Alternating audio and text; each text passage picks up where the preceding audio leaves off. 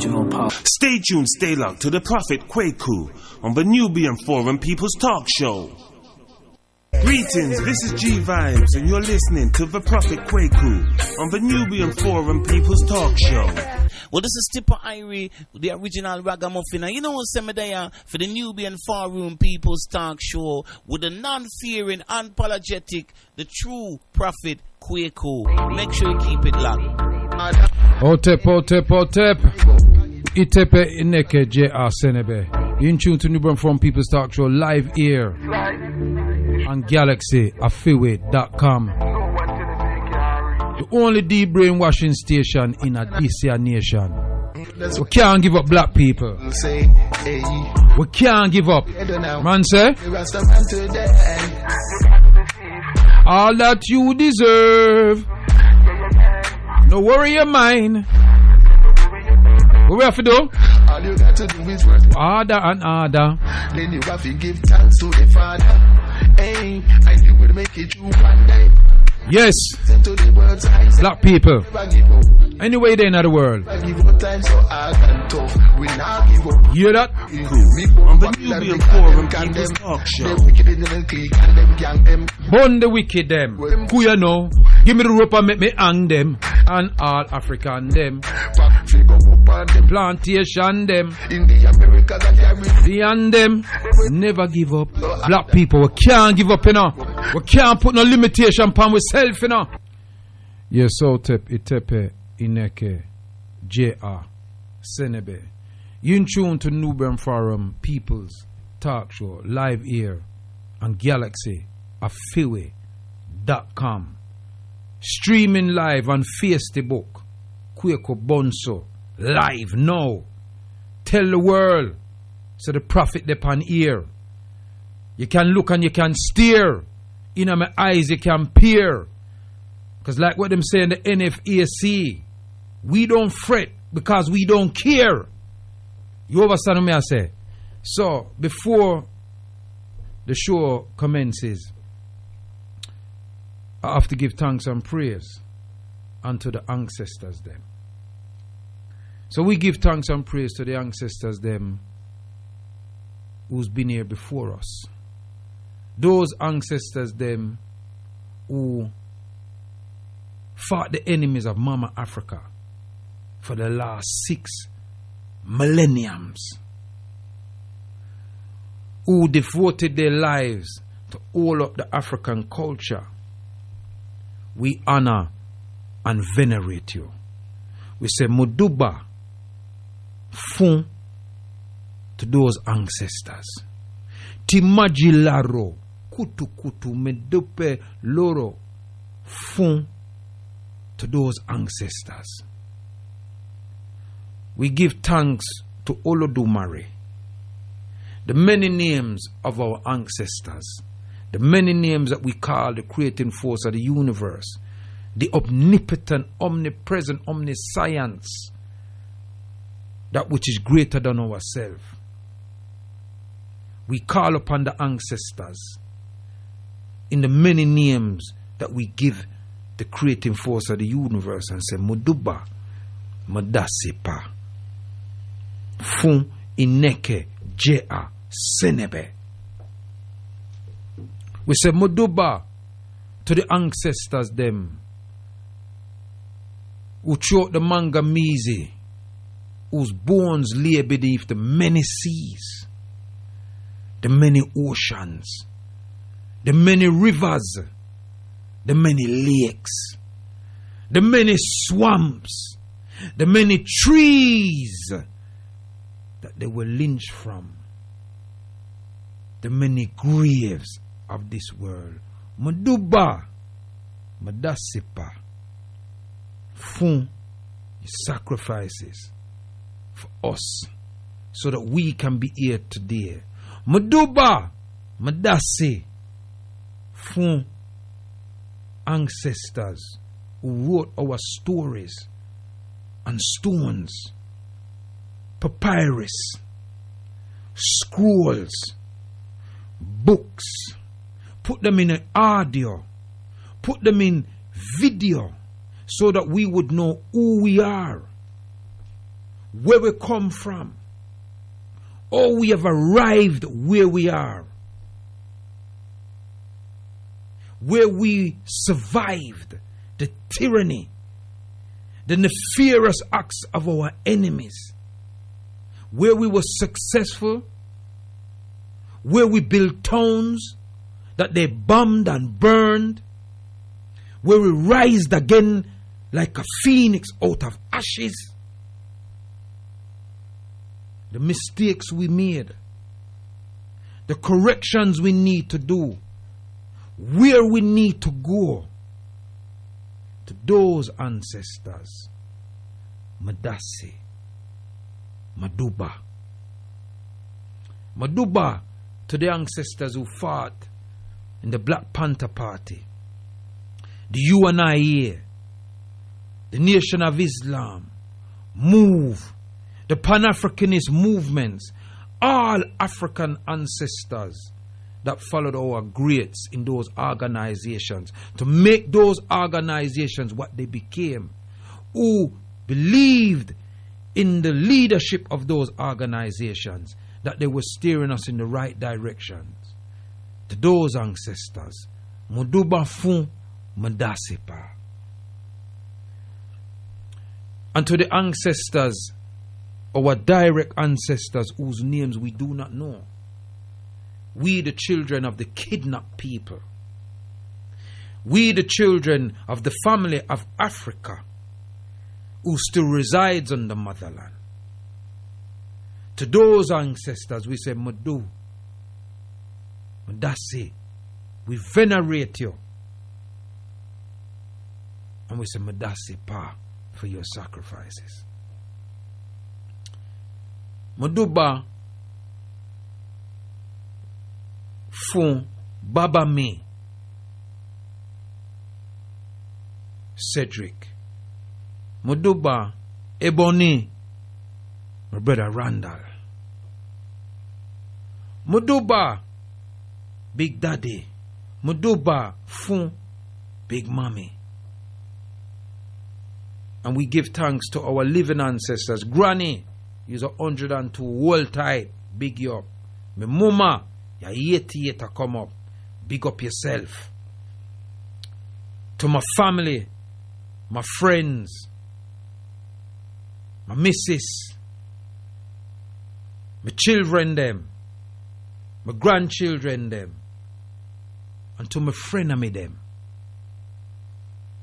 Akwaba to the Nubian Forum, People's Talkshow. You're in tune to the Prophet, Kwaku, Muduti, Sakara, Piyanki, Imhotep, Bonso. Fire for the wicked them. Big up my queen, hold tight. Big up yourself, Amuso, Oyemi. Big up Kwesi Bonso, who are tuning in here right now. So we'll say big up to them on the Facebook. Yes, so I'm on the Facebook, Kwaku Bonso, live on Facebook right now. And we're live on Galaxy, afiwe.com. I want to give salutations and bless. And may the ancestors watch over Galaxy. May the ancestors bless Galaxy and protect Galaxy from anything that seeks to impede Galaxy from bringing the message to the people. All the management, hold tight. All the pilots, them, hold tight. It is good to be home. It is good to be black on the big G. I feel free. I feel no chain a hold me. And a fire tonight. See? So, wait, I have this thing in my ears hole, you know. I have this earpod thing in my ears hole. I want to take it out of my ears hole, you know. So, African family, we are here today, and I got a good show for you tonight. And the show will be whatever you make the show to be. Big up Carl Grant. Rise up yourself every time. Tonight's show is going to be in 3 parts. The first part, I'm going to talk about Garveytown and give you a brief synopsis of Garveytown. I'm then going to talk about the march, the annual African Emancipation Day Reparations March, which is happening this year. I'm going to give you my personal opinion of it, and you can share yours, feel no way. And then I'm going to interview a special brother that has been doing dialysis for over 30 years, in fact 31 years. A staunch listener of Galaxy, and I'll be interviewing him, but I'll be telling him when to call in. You know, there's a lot of things that's happening in the African world. A lot of things happening in the country that we reside. There's a lot of control measures that's been put in place to control people. And we have to be very careful that we're caught up in all these control, these vaccines that them say them fine, and they want to give people vaccines, the curtailing of people being able to travel abroad, etc. And I just want to say, oh, the Spirit does talk to me. Big up Mikey Simpson. Maduba fun Mikey Simpson. Maduba fun Jason Weatherman Fox. I just feel them, so I have to give them a big up. They're no longer with us, but these are people that we knew personally. 2 good brothers. One that was the CEO of The Rock 926, and one that was the CEO of 908 Lightling. I know with the ancestors, and they were my friends, brothers, and we have to rise them up. So there's a lot of things put in place to control people. A lot of roads have been blocked off. I've mentioned this before. It seems like people are not paying attention to what is transpiring on the planet. I look at these things, I see these things, and it's my duty to bring these things to the people. If you want to send in your texts or your WhatsApps, it's +44. If you're abroad, if you're here, it's 073 77 92 0703. That's to let us know that you're locked in, where you're locked in from. That's +44. If you're abroad, if you're here, it's 073 77 92 0703. That's if you want to say you're locked in, you want, and you can send messages or whatever via there. There is a live link number, but I don't want nobody to call in yet. And the live link number, if you're abroad, is +44, and then you drop the first 0. If you're in Britain, it's 02 07 193 0174. I repeat, 0207. If you're abroad, it's +44 207 193 0174. That's not for you to ring now. It's to ring when I open the phone lines. 16 years ago, a group of brothers and sisters who I'm involved with made a move to purchase some land on our motherland, Mama Africa. Alkebelan, Sais, Nubia, whatever you want to call it. But that landmass, that's 11.24 million square miles of land. And the objective of getting this land was to share it with other brothers and sisters who wanted to leave Britain eventually, who wanted to probably have a vacation home or a holiday home, who wanted to build something just in case their children need to run from here or they need to run from here. It's 300 acres of land, prime land, in an area that is in the central part of Ghana, what them call the central region, the Goma area. And in that 16 years, we've attempted to show our people them that, look, we got this land.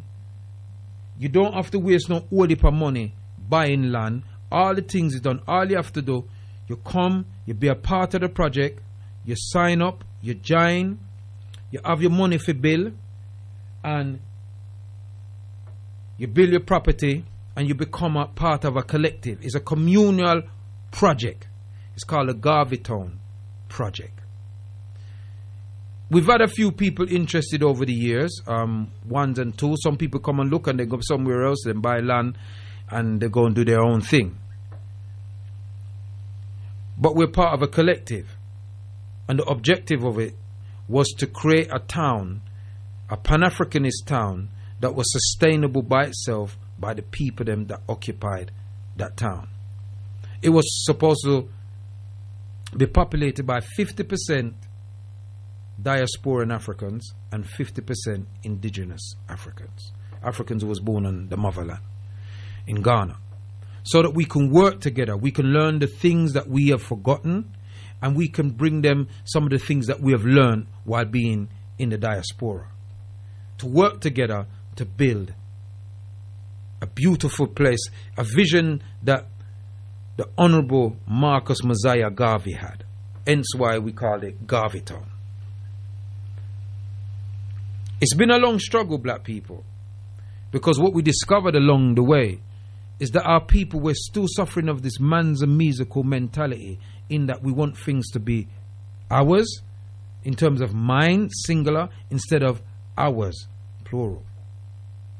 And an African way is to share. Now, I know a lot of that don't happen on the continent these days, because the continent was invaded by invaders, and people know the history of that, and I'm not going to go into that right now. Yeah? And so my Facebook live has just been cut. They say, sorry, we're having problems with playing this video. This is what they do when they want to mess with your things. It's what they do, and it's how they behave. So,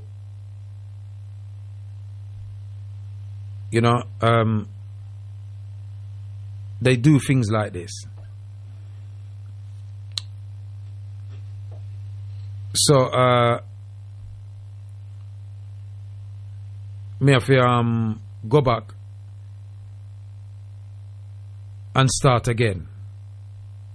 So while I'm talking to you, I'm just messing around with the Facebook thing, trying to get things back on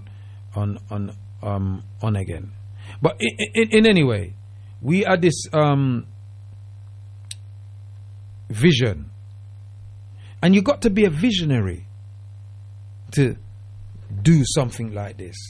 Now, those of us that got involved, we could have done a selfish thing and go and build our own yard just for ourselves. Get a little 20-acre, build your own yard and live by yourself. Too many of us have done that. We're about community building. So we're building a community. And this is what we did, and this is what we intended to do. Back on here now, back on the Facebook Live. And we intended to build a community with others. So we didn't have enough money to build the properties, because the land can hold 300 homes. A business center, a temple, a school, a university, 5 farms, and much more. It's supposed to be a pedestrian community, in that we're not building houses for cars. There will be a carport where people can park their cars and they can make their way to their properties. You know, them things, you know, like when them doing our golf, them look at something there. Those type of stuff. And so we embarked on this. And to be quite honest, we've had a lot of inquiries. But in terms of people committing themselves, has been disastrous. We had somebody contacted us through the United States, and this brother came, he met Garadina, he said he had some people that was interested and all the rest of it, and then he turned out to be somebody like according to a profile, even to the point that he put out a message on YouTube telling that Garvey Town is dead. Garvey Town is very much alive. And so we're making the world know that Garvey Town is very much alive. And any African who's serious about Pan-Africanism, about the building of an African community for the future, then you can contact us via our website, garveytown.net. Our emails in there, you can email us, or you can email me at muduti@yahoo.co.uk. MUDUTY@yahoo.co.uk. Just send me your number and things like that, and one of us from the Garvey Town Committee will get in contact with you. This is your opportunity to have, if you're serious about going to Africa, some people want to go to the Caribbean, I understand that, no problem. But if you're serious about going to Africa and building a community with other like-minded Africans, then Garvey Town is a place for you. And you don't need no tens of thousands of pounds, no 100,000, 200,000, what you're spending, 400,000 in some cases, people having to buy properties here in England. You understand what I'm saying? Yeah? So, what I'm saying to you Africans, if you're interested in that, you can phone the studio number, we can have a discussion on it, you can ask any questions you want. When I open the phone lines on 02, or if you're abroad, +44 207 1930174. So when I open the phone lines, you can even talk about that or some of the other topics I'm talking about. Any questions you want to ask, just feel free to ask me. This is for people who want to repatriate to Africa. We sing about it, we talk about it, but we've made the move. But we need your help to complete it. You understand me? Big up G.A. Ricky. Angela Nash, big up yourself. Oh, you say you can't hear me? I don't know what's happening there then. They must be messing about with my I don't know what they're doing. They must be messing about. It says I'm not doing that. I'm not going to do it right now. If people on the Facebook, can you hear me? Just let me know if you can hear me. It says it can't hear a word. Well, I went live and let me see what they must say. Because sometimes they mess about with your things, you know. That's what these people them do. They mess about with your things. But if you can hear me on the Galaxy, is just let me know. 073 77920703. You can send in a WhatsApp. The WhatsApp up, you can send me a text on that number. +44, and then you drop the first 0. Otherwise, it's 073 77920703. At this moment, I'm going to get my special guest to call in because I'm going to interview this brother. And this brother has been on dialysis for 31 years. And I just felt it was important to speak about his story because I know there's a lot of our people that's going through this. And so I want the brother to call in and share his experience with us. So my brother, if you listen, it's your time for calling now so that we can do this interview with the people. 0207 193 0174. So if you can call in and so we can commence the interview, I will continue speaking.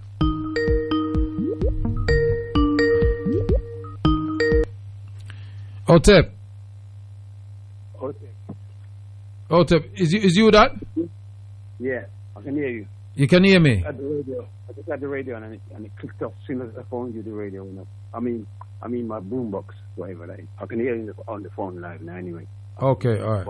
Well, you want to introduce you want to introduce yourself to the people so the people them know who I'm speaking to. Live right now? Yeah, live right now.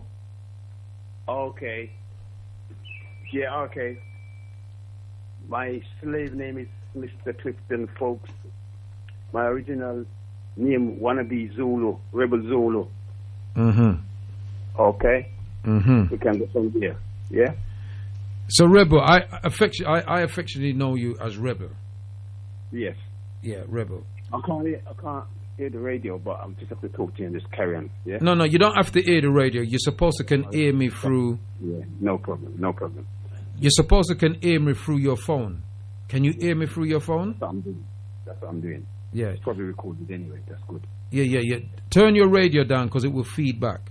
It's not on. It went off as soon as I called you. Some automatic thing. I don't know. Okay. All right then. Turn it up anyway. I'm gonna make sure it's safe. Yeah.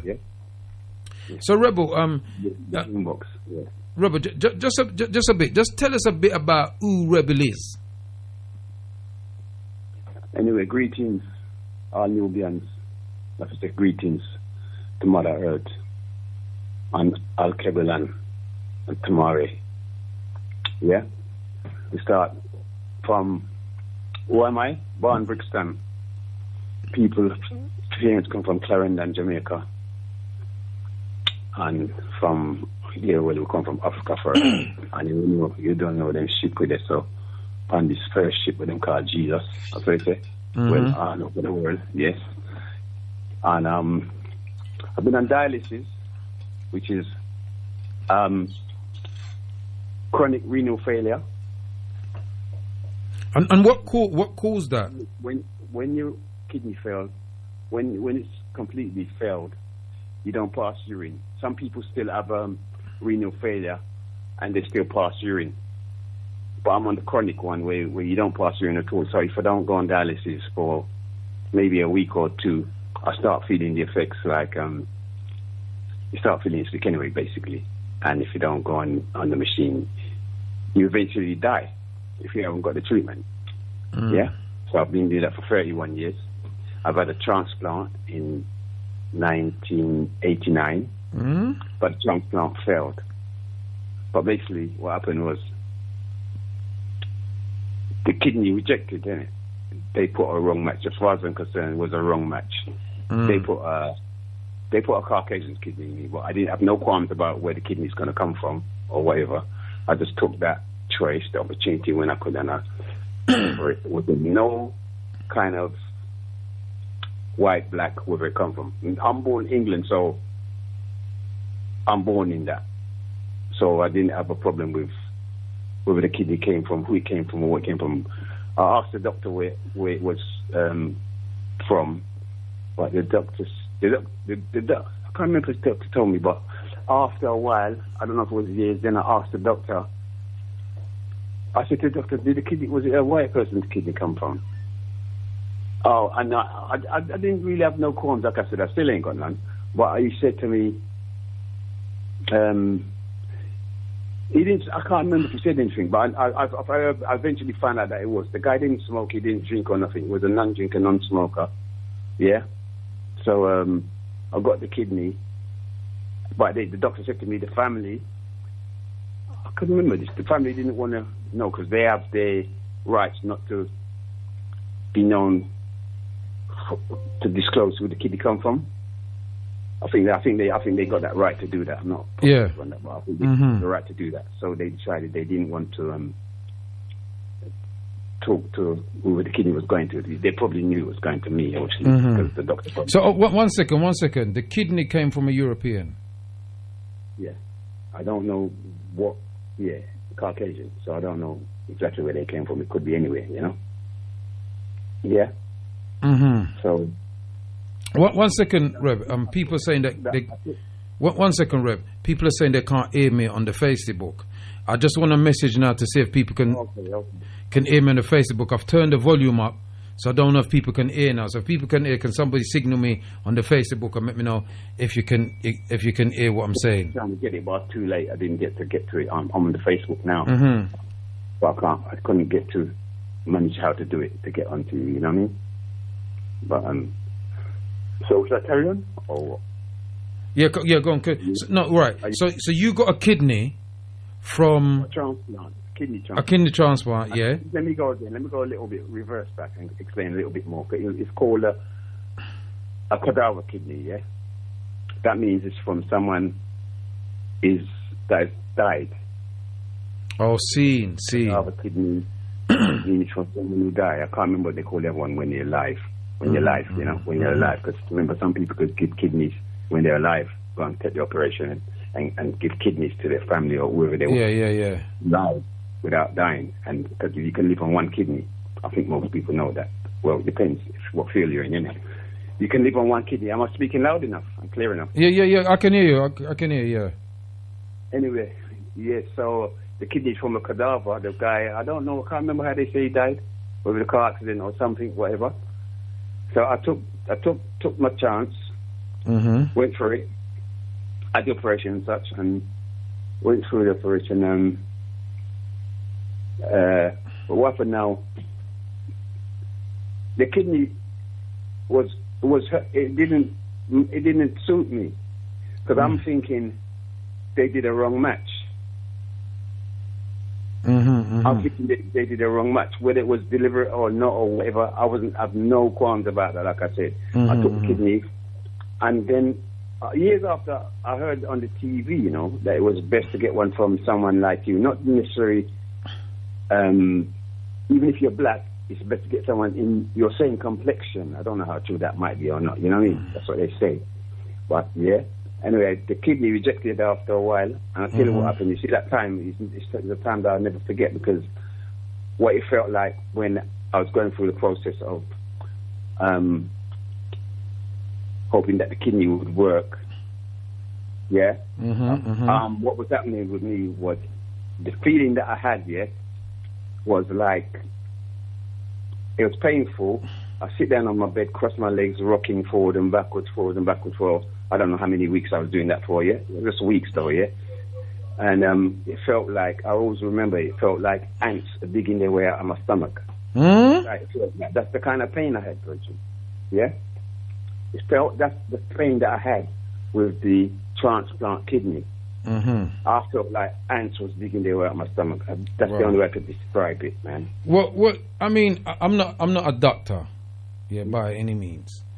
But what little research I do know, in terms of bone marrow, you can't get bone marrow from anybody else other than your own race. It's just incompatible. And what I discovered also is that what I discovered also is that most other groups, well, all the other groups, the Mongoloid, the Caucasoid, the Australoid, they can all the Caucasian, the Arabs, they can all use any part of our anatomy. It will work for them. But with us, it's not the same. Our body will reject it. And I think you're a classic example. Yeah. It rejects it. But what I tell people for a joke, at the new man show this, so we talk. And we know how to talk. So we know how to talk. We cockneys over here. Anyway, I tell people that I killed the kidney.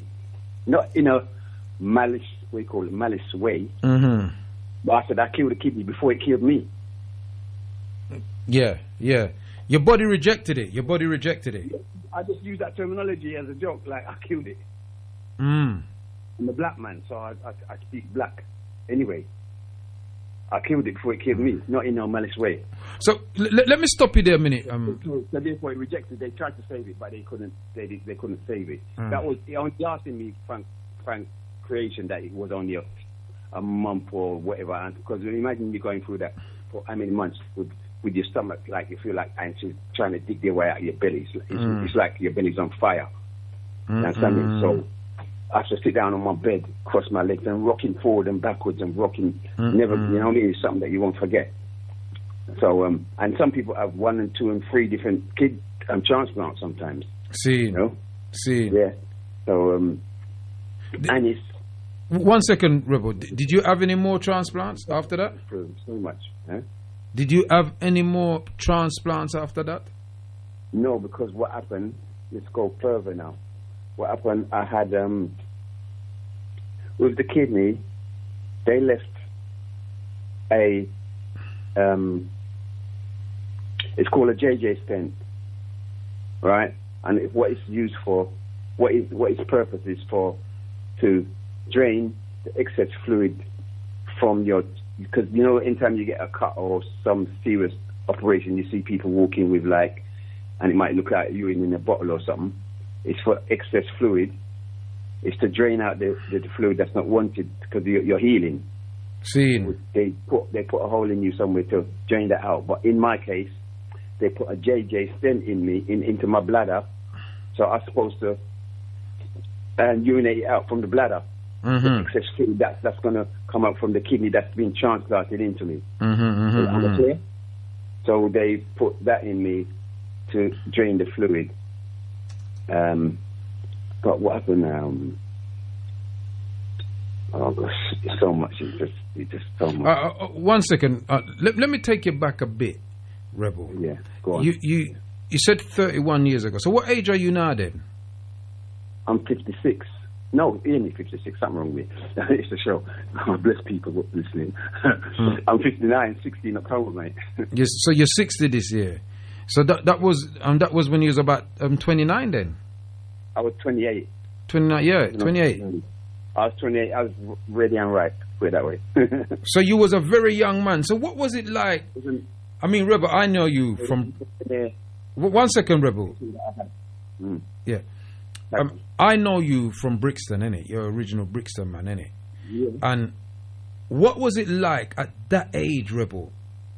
At that age to have that done to you? How did you deal with that? How did it make you feel? I could go back a bit, yeah. It's not too far back, but we're cool. We can go anywhere we want to go. Through with Talkshow, through.com. Yeah. When I first went, and because I went to doctors, this is how I find out that I got the problem. Listen, I used to work in Brixton at a shop. I think you know the person, the body, right? Yeah. Patty and them king there. Yeah, body shop on London Road there. Real town road, because we had about 4 or 5 shops. Yeah. You was working the Retton Road one. All right then. Before I used to work in Retton Road. I used to work with him before I was even sick. I used to do scrap metal with him. We done scrap metal first, and then build up. Then he eventually ended up getting like 4 or 5 shops because of me, because I was like a manager there. You understand me?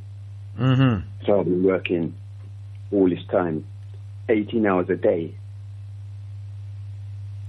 18 hours a day. Wow. On weekends. Not every day, but on weekends. On weekends. Other days, it's minimum 12 hours a day. 12 hours a day, open the shop, close the shop at morning time. You know. So what I'm thinking, I'm looking back and all that stressed me out, innit? Seen. And I used to feel tired at times, but I didn't know why it was.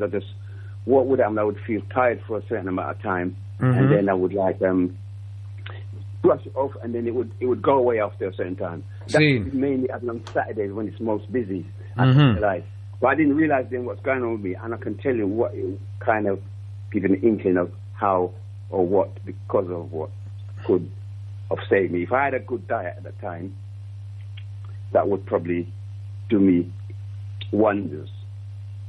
Vegan diet, I'm talking. You understand me? That would have probably done me wonders. I believe that.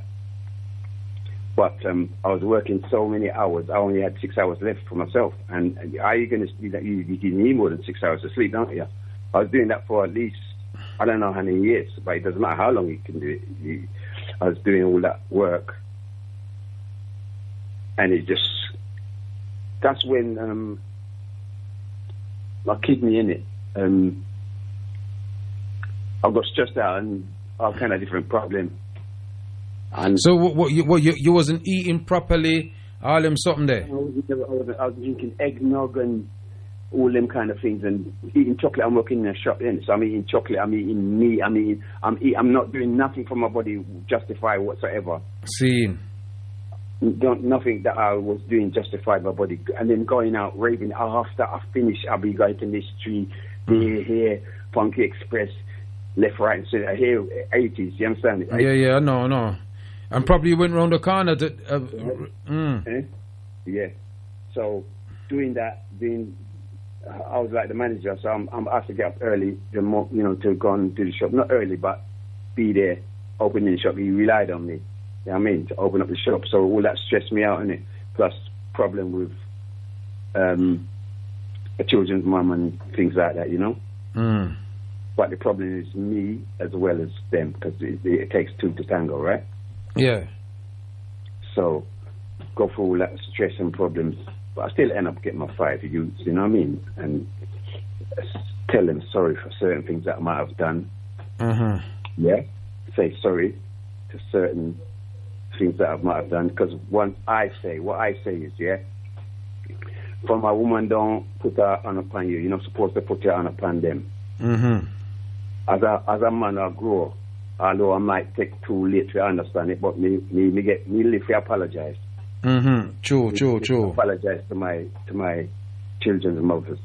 I mean, learn myself how to talk and how to not use certain terminology at certain time, you know. So I'm westernized, so I've been westernized, but I haven't been duped. Put it like that, yeah. I've been westernized to a point, but I haven't been duped, yeah. So I was. Yeah, so I don't know where I was with you now, because it's a long story. I even went inside. Yeah. So hold on. You're 28. You're working. You're working all these hours. You're raving. You're doing all these time after you're not eating correctly, and then you. Oh, I didn't realize that I wasn't going to the toilet. Oh, so you wasn't okay? All right, go on. I was going to the toilet, so I went down to my GP. Akelane it was this time. Went down to my GP, and what did I say to him? His name is Dr. Smith. You know, some people's name you don't forget. Yeah. I've got things that I would never forget. Oh, I would never forget Dr. Smith, and I would never forget a barrister called Wayne Cleaver. See. He made me get 8 years. We know the system. We call it the system, right? Made me get 8 years for knowingly concerned with an A-class substance. Yeah? So I'm not going to forget. We're mixing up the story, but we're still on the same trackish, yeah? So, where was I before? Because we're talking about the kidney, really, because it's too much to talk about, to veer. What happened is, you said you was working. You noticed that you wasn't going toilet. Yeah? Was that the first inclination that something was wrong? I went to the GP, and I think I must have went back home, gave me some I don't know. I can't remember if he gave me antibiotics or something. Cause you know that's what they usually do. First thing they kind of do, antibiotics or whatever. He didn't really look at me or examine me. I don't remember him examining me, taking my blood pressure. I don't remember him doing that. I'm not saying he didn't do that, but I remember. And he was a doctor about to retire anyway. Yeah. So after a while, I was going blind. Really? Yes. Because my kidneys don't work now, but I don't know they don't work. Well, they're not working, or they're slowly going, or quickly going, whatever. They're on their way out. So, did you start to feel weak within your body? I mean, yes, but I was weak. I started to feel weak. Yes, but the thing was, I was still all right to walk, just about walk. I mean, so I went to the doctors. I felt weak in my body, but I wasn't urinating. But I didn't know I wasn't urinating, so therefore I was swelling up. Because I'm not getting rid of my urine, so I'm swelling up. See. Yeah, swelling up. So I think after a while, I don't know if it was a week or 2 days or whatever days, went to the GP. The reason why I went to the GP, because I started to go blind. I couldn't see properly. Seen. Like I was in a movie, waking up, and you see, you know, when you wake up from the operation table when they're showing the movie, and you're coming through. So I started to go blind. So I couldn't even see the big numbers on the bus. Wow. From far. And that was when you was 28.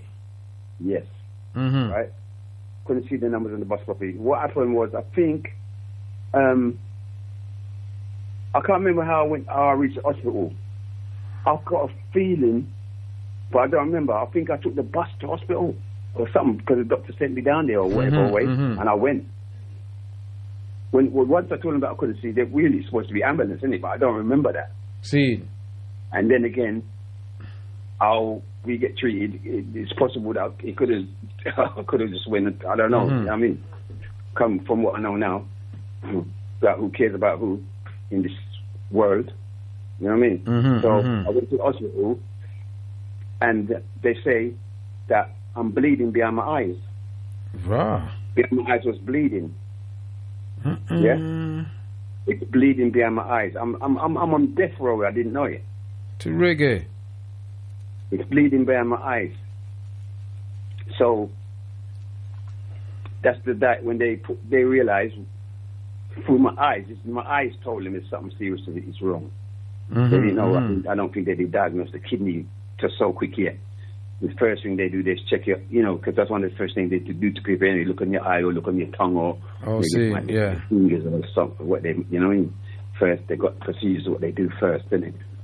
So I was bleeding behind the eyes. So after they found out that I've got a problem with my kidney, now they have to put a tube in my neck, near the jugular, because I need dialysis now. Raw. I need it now, or so I'm going to get. So they're going to put the tube. Let me stop you there. Sorry, Ruben. Let me stop you there. Yeah. How long was you working for Buddy? Approximately about 10 to 12 years. But between 10 and. So you was working with him from you was about, say, 16? Yes, something like that. About 18? Ruffington introduced me to him. Yes. Ruffington introduced to Buddy, so that's how I started to work with Buddy, doing scrap metal first. I wasn't in no shop yet. Yeah. I got promoted. Yeah. I got promoted. So when you say scrap metal, you was collecting scrap metal, you was cutting it up. Yeah. Was you using machinery and all that? They used to call me iron cutter. Ox used to call me that. Small ox used to call me iron cutter. Yeah. What we used to do? We used to scrap the cars and cut up the iron and separate the aluminium from the iron, the heavy iron from the light iron, the wires, take the copper out of the wires, strip the car down completely. So was you breathing in different fumes then, would you say? Was you wearing protective stuff when you was cutting? No, we didn't. When it come to using the torch, you know what I'm talking? When they the blowtorch. There's something they have to use the torch to get loose. Buddy used to do that all the time because I was like, he didn't trust me with that, put it this way, and he had experience in doing that anyway. So he would use the torch. He never ever let me use the torch during that time, doing the scrap metal, because I think I'd done the scrap metal for maybe. Well, I remember I'm reaching the shop about like 18. I remember 18 because I was at Peleta Road. Somebody come up there to my dad sometime because he knows my dad from Jamaica, because he used to be a shoemaker in Jamaica. That's one of his trade that he used to be, but very versatile person, you know what I mean? Yeah. So, where we can go back to now? No, because I'm trying to find out is how long you had this condition without knowing it, because you realized when you was 28 you had to have dialysis immediately. So that mean that your kidneys was messing about for a number of years at least. Got to be. Because what I was trying to say is, when I was working in the shop making the patties, yeah, we used to make a joke about it, ball and chain, because we worked so hard. Bigger, and bigger, and used to make fun of each other about ball and chain. When I'm doing it, he say ball and chain. When him I do it, me say ball and chain. Because I make the patty in it, and we're hot in the kitchen, it's hot. So we're doing our stuff, making patties from scratch. You know what I mean? But because the question was again, I wanted to know how long you think that your condition was. I'm hoping that somebody medical is actually listening, because the thing about it is that you discovered that you was losing your eyesight. You went to the doctors. They said that you was bleeding behind your eyes. So the period that took, yeah, roughly, yeah. Say that again. I tell you the period that took roughly between that, like it would take maybe a week or two. Maybe it was. Remember, I used to work at the shop. I used to feel tired all the time, but I didn't know why. So yeah, this is why I'm saying. Before that, what age did you start with him, and when did you feel that you was feeling this way? Is that may I said to you? Because it looked like you must have had this condition a long time, but didn't realize it. It's only when you're 28 now when it come on top. Because you say they had to put a tube in your jugular because you needed dialysis immediately. Yeah. Well, when I was working. I'm going to tell you, because I was working in Dulwich in the shop in Dulwich, working in Dulwich, and I was all right there. It's when I was 28. Where was I working? I think I was working in Landau Road. Is that the last place I work? Landau Road. I hope I'm talking loud enough. Landau Road, I think, is the last place I worked. And then I was home, innit? Obviously, I was at home. It was on Christmas when I was at home. And it's a lot to remember sometimes. Just hold on a second there, Rebel. You're in tune to the Newborn Form People's Talk Show, live here on GalaxyAfriwe.com, the only deep brainwashing station in this nation. I'm live back now on the Facebook. I'm Kwaku Bonso, Newborn Form Talk Show. Check that out. See if you can hear me. I'm live back now on the Facebook, and we're interviewing Zulu Rebel, affectionately known by family and friends as Rebel, and he's been on dialysis for 31 years, and he's just telling us his story. So Rebel, let's move on a bit. Yeah. So you're 28. You've got to have this thing in your jugular. You have to have dialysis immediately. What happens after that? I'm getting the thing in my neck. Boom. I'm trying to go back here, thinking, get the tube in your neck because you have to have it now. Then I start. Then they have to build up. Then you have to take the. They have to build. You have to get used to. You have to get your clearance first, clear out everything else, and then they build you up to set you up for getting what they call a fistula, yeah, into your arm, which takes another operation to do. I get a fistula in my arm. I think you need to put to sleep for most of them. I put to sleep. Get a fistula in my arm, because when you get a fistula in your arm now, that's going to be used to do the dialysis. yeah, to go on the machine with tubes. Tubes. 2 tubes, one for the blood going in, because it's your blood you're cleaning, and you're taking out the toxins, the fluids, and out your blood. Well, the blood, because I don't pass urine, so all the water stays within your blood, because the kidney don't work to do the actions that it does. That it's supposed to do, which is flush out the clean the thing, flush out, and them things. So your kidney now do that, and then the kidney supports the actions. What then it transfers it to your blood, and then you read it out. You get me? Yeah. May I hear you? Yeah. So you have to come back again. I'm not used to your show. The question. You want me to ask you the question again? Yeah. Yeah. What I was saying is that you've had this thing in your neck. You have to have dialysis now. Yeah. What happens after that? And what you just explained, they've got to clean your blood and the rest. I don't really want to know the procedure that you got. I want to know how you felt about it. What was going through your mind with all of this thing? Just when I first went, I told him I don't want to live. But he the nurse to me, "Oh, you're so handsome." No. Mm-hmm. You know, I always remember that. But I was anyway. But yeah, to a point. You know what I mean? Yeah, I got pictures to prove it, people. Yeah. So yeah, you said you don't want to live. Yeah. Yeah.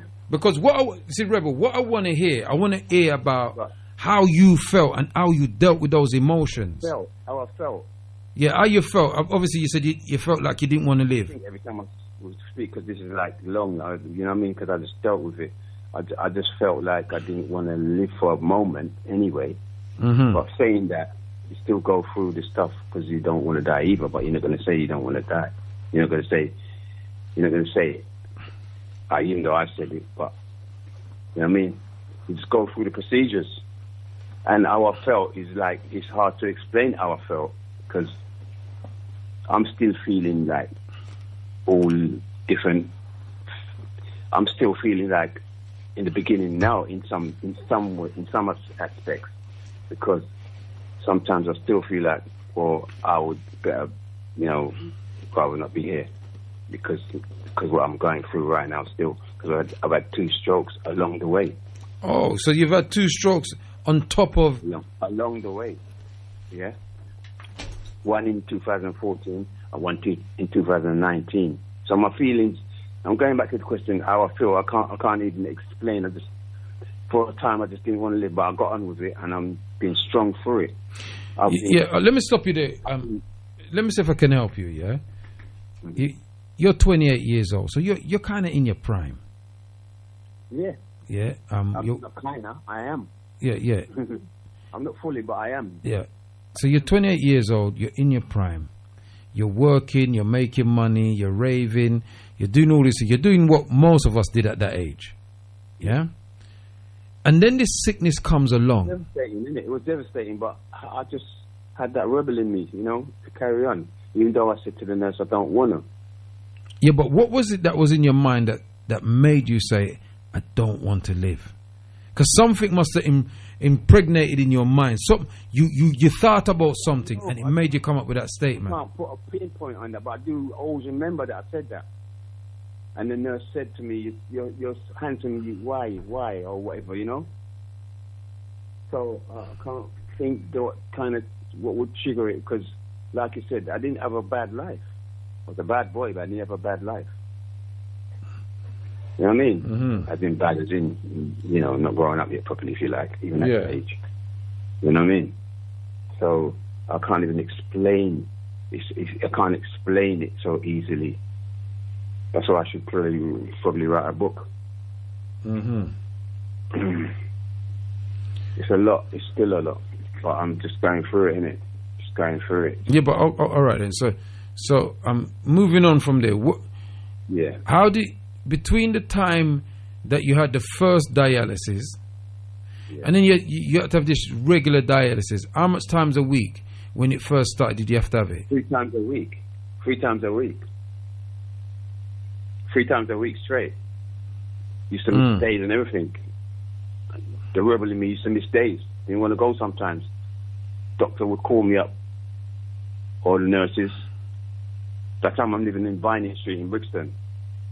That's when I just got the flat, because I just got sick, so I was able to get a flat through I was sick. Mm-hmm. It gave me a ground floor flat in Vining Street there off Atlantic Road, innit? Yeah, off Raymond Road, Atlantic Road, yeah. Mm-hmm. So,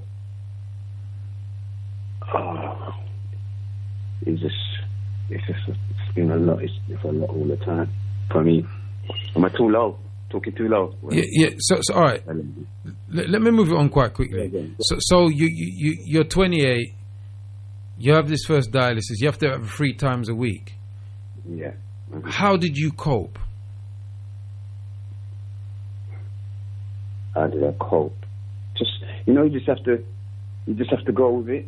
I just cannot explain so easily. I don't know. I just have to cope, innit?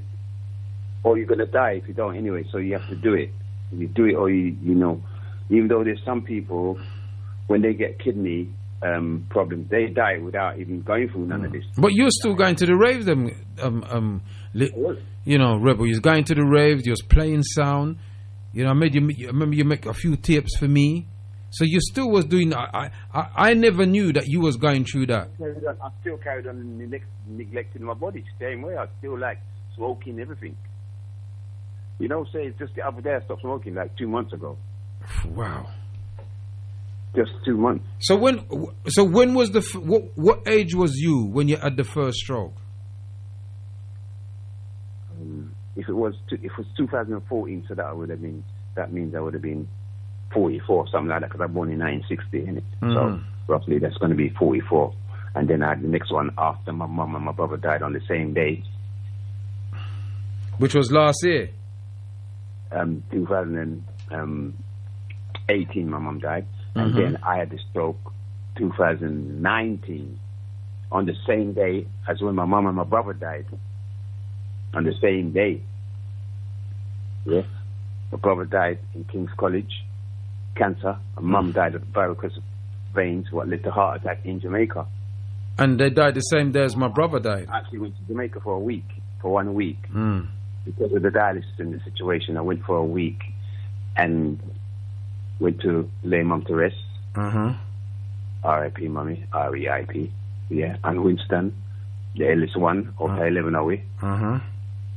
So it looks like mummy ain't not gonna leave him. She take him with her. But anyway, carry on, please. Thank you very much. We have so much to talk, innit? Yeah. So then you have two. Right, so you're doing dialysis for 30 years, and well, it wouldn't be 30 years. It would be 31 years, because I went on 89 in 1980. Yeah. But I'm talking about when you had the first stroke. 1988 November. Yeah. November, December. That's when I started dialysis. The first stroke was 2014. Second one was 2019. On the same day, 30th of January. Yes. And that's the day Mum and Winston died. So when they... And that was the day my brother went on to the ancestors, the same day. Told me. Say again? I said that was the day that my brother travelled to the ancestors, the same day, the 30th of January. Yes. Oh, yeah, you're telling me that. Yeah, it's true. Yeah. Yes, yes, for real. Yeah. You've got connection there. But, yeah. So, it was like, wow. Like I was all over my head. Was like, I don't know how I do it. I don't know how I didn't get the stroke then, because the stroke was caused by other things. The stroke was caused by them putting a line in my, you know, you got a vein near your thigh, yeah. Right. Somebody just asked a question. Somebody just asked a question on the Facebook. Yeah. I think it says, why was he having strokes? But what do you think led to your stroke, the first stroke? I was just about to explain that part to you. The first stroke, like I said, they put a line. What happened with me now? My fistula, yeah. what they call fistula, where you put needles in your arm.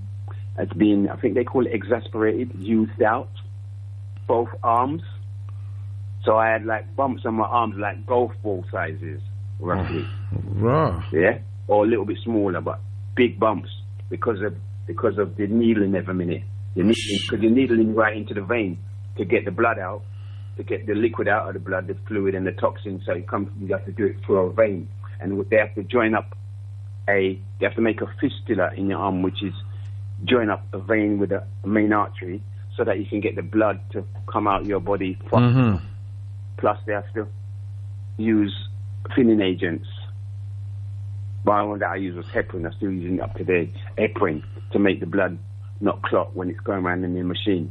You know, it'll clog the machine and it would clog up and stop. You know what I mean? So, go again, because I get lost easy. Yeah. So you have you've had these strokes. Yeah. So you've been using dialysis for 31 years plus 2 strokes, and you can have a conversation. Some people have 1 stroke and it just lick them down. Listen, so how are you was telling me that I did the 2 rehabs. Couldn't move my arms. I have to learn how to move my arm again. I was seeing like quadruples. I was seeing them now, and then I said to myself, "Oh, so now I know when they say someone say, are you still there?" Yeah, we're listening. Oh, because the phone just vibrated. I don't know. Maybe someone sent a message.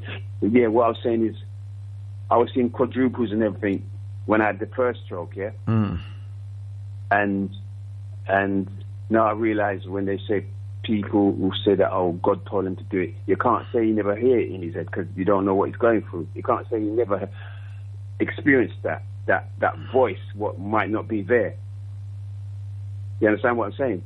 I was seeing like quadruples, and I'm saying to myself, it's not there, so block it out of your mind. That's what I'm saying to myself. I eventually, I actually done that. I blocked it out. It's slowly, and then it went. But I was seeing like Bob Marley pictures. I remember Bob Marley pictures. I don't remember anything else. Bob Marley pictures I'm seeing. But when you're seeing them visions, yeah, I'm following it with my eyes, and it disappears. But it's just not there. But my eyes is like following it, and you just think it's there, and you're following it, but it goes. And I said, what am I doing now? I have to wake up myself and say, no, you're not seeing that. It's not there. It's an illusion. Yeah. So that's the first stroke. They do all the rehab. Then they have to do assessment before they let you out of the hospital. They have to set you up with a care plan. Yeah, a care plan where they get carers to come in and look after you or whatever. Sort out dress you if you can't dress yourself. Change it, everything that a nurse would do, they do. If you allow them. Yeah, but what do you get? What do you do? What do they do for you? You know what? I did when I came out of the hospital, I could move still, yeah? By the time I come out of the hospital, I can move. Yeah? So stubborn. I don't want a carer. But if I really needed it, I would request for it and have it and use it. But stubbornness, I tell him, man, I go through something with stubbornness, you know, but sometimes it pays. Most times for me, it pays. All right, you was telling me, Wanda, because I kind of want to open up the lines for a little while and up until about 11 minutes, people, you know, if they want to ask you questions and things like that. Yeah. But you was telling me about when you go to get something done at the hospital, they want you to sit a certain way. But you said, no, I got to sit this way because it's comfortable for me. Could you explain that to us? Okay, like, for instance, I had an episode when I had probably too much food in me or something. My chest was getting tight. This was not long ago. My chest was tight. Couldn't breathe properly. But the nurse, usually they want to put you in a recovery position if they think you're going to fake out or anything, yeah?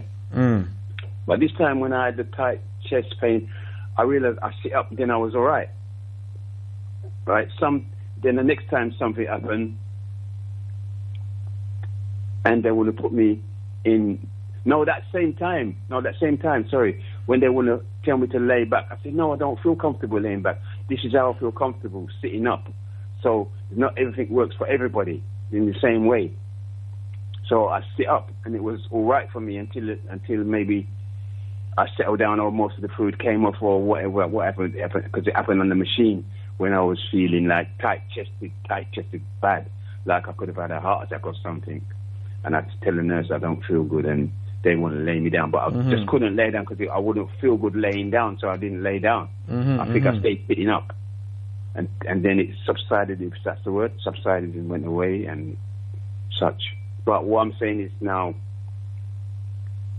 there was another time when I had the stroke and I felt it coming on, but I didn't know I'm going to have the stroke, but I had what they call a hot flush, but I didn't know what it was called then. But they told me it's called a hot flush, because I felt the hot flush. I alerted the nurse, say I'm not feeling right. So they said that I was stubborn. I didn't want to sit on the bed or whatever, because I didn't want to sit on the bed properly. Eventually, I faked out or whatever. This is the second stroke I'm talking, yeah? The first one was, I don't remember properly, but I just skipped that for a while anyway. The second one, I faked out, and they said I didn't want to lay down on the bed properly. I was being stubborn, but that's all I remember. I didn't even wake up the next day. I went to King's first. They transferred me to King's, and then from King's, I woke up in St. Thomas's like a day or two after. But you see, the first stroke what I had now, when I went to King's again, because they take you to your local hospital, wherever your postcode is, that's where they take you first.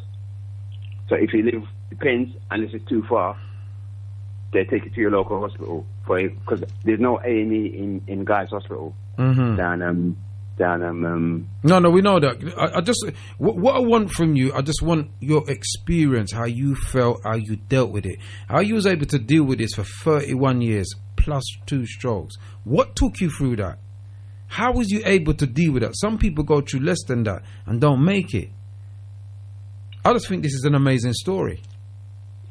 I deal with it because I think I'm a soldier in it. That's what my friends call me.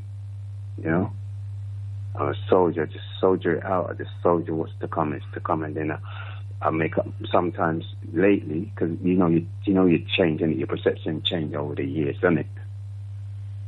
Well, I've got a text here, and it says, "Word Silent Power helped me," things like that, because I went inside, done for 4 years, 10 months on dialysis inside. So how did that? What was that experience? You was in jail, and you was on dialysis in jail. Yeah. Wow. For 4 years, 10 months. They gave me 8 years for what I said earlier. I think I told you, only concern with the A-class job thing, which I didn't know about. That's another story. Yeah. I coped with it. I had to.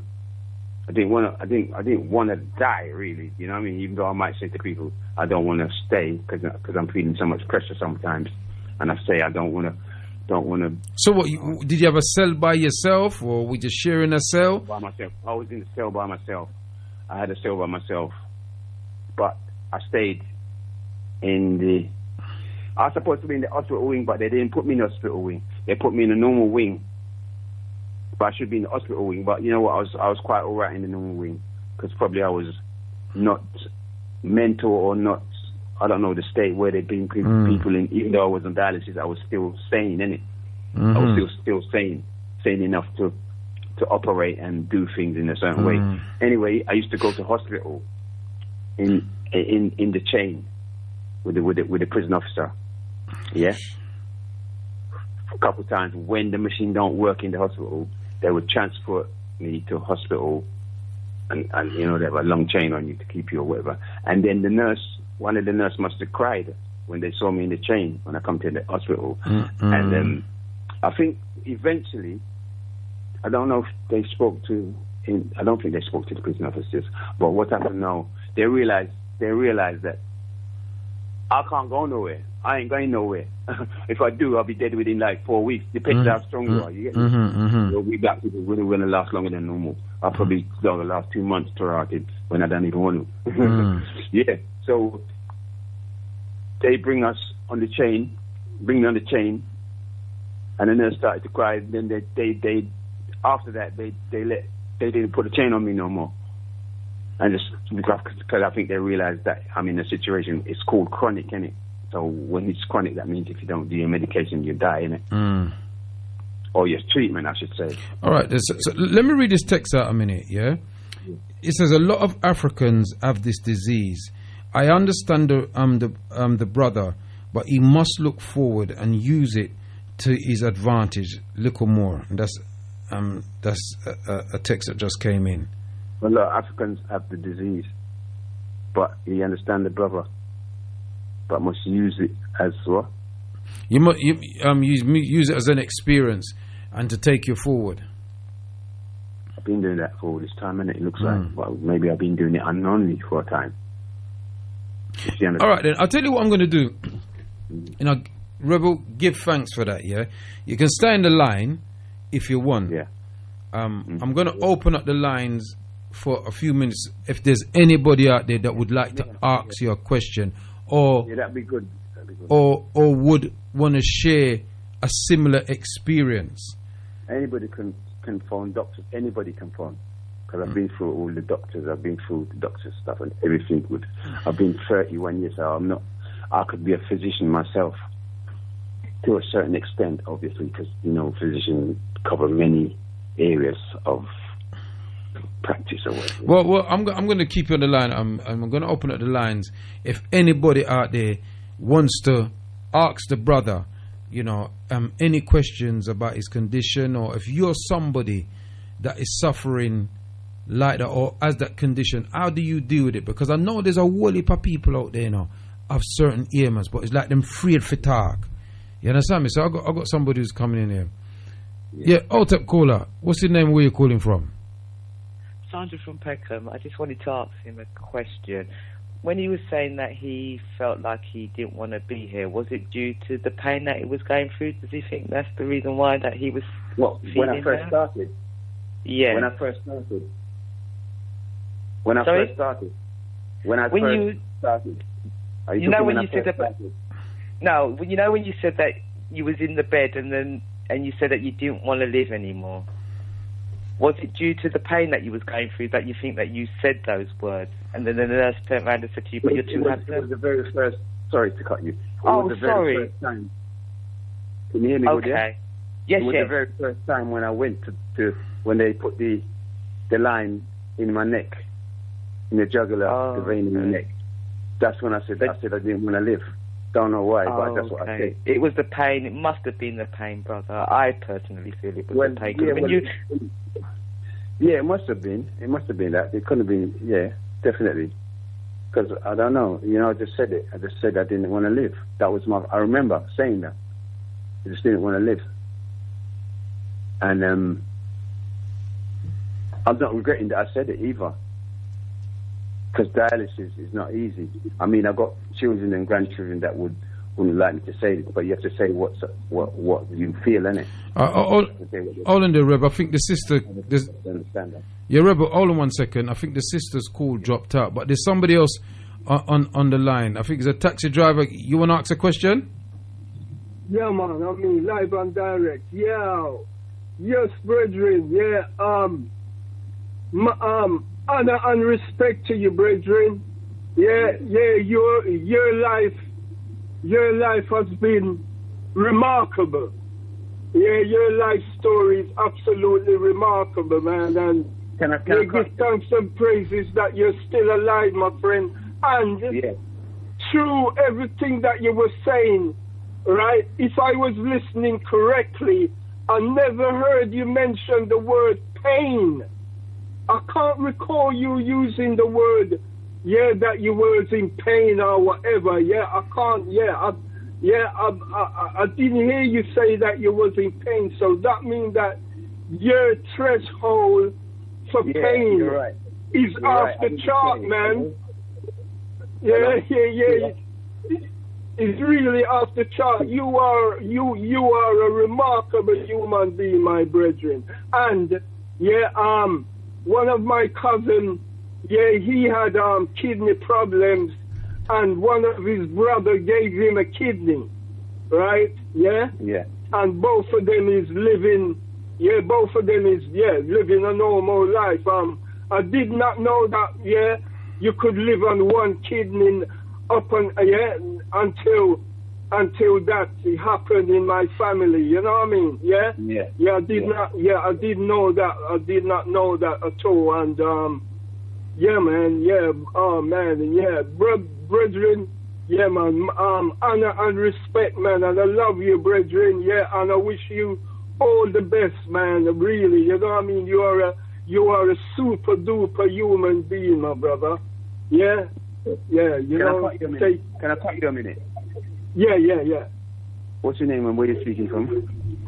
My name is Kwabna.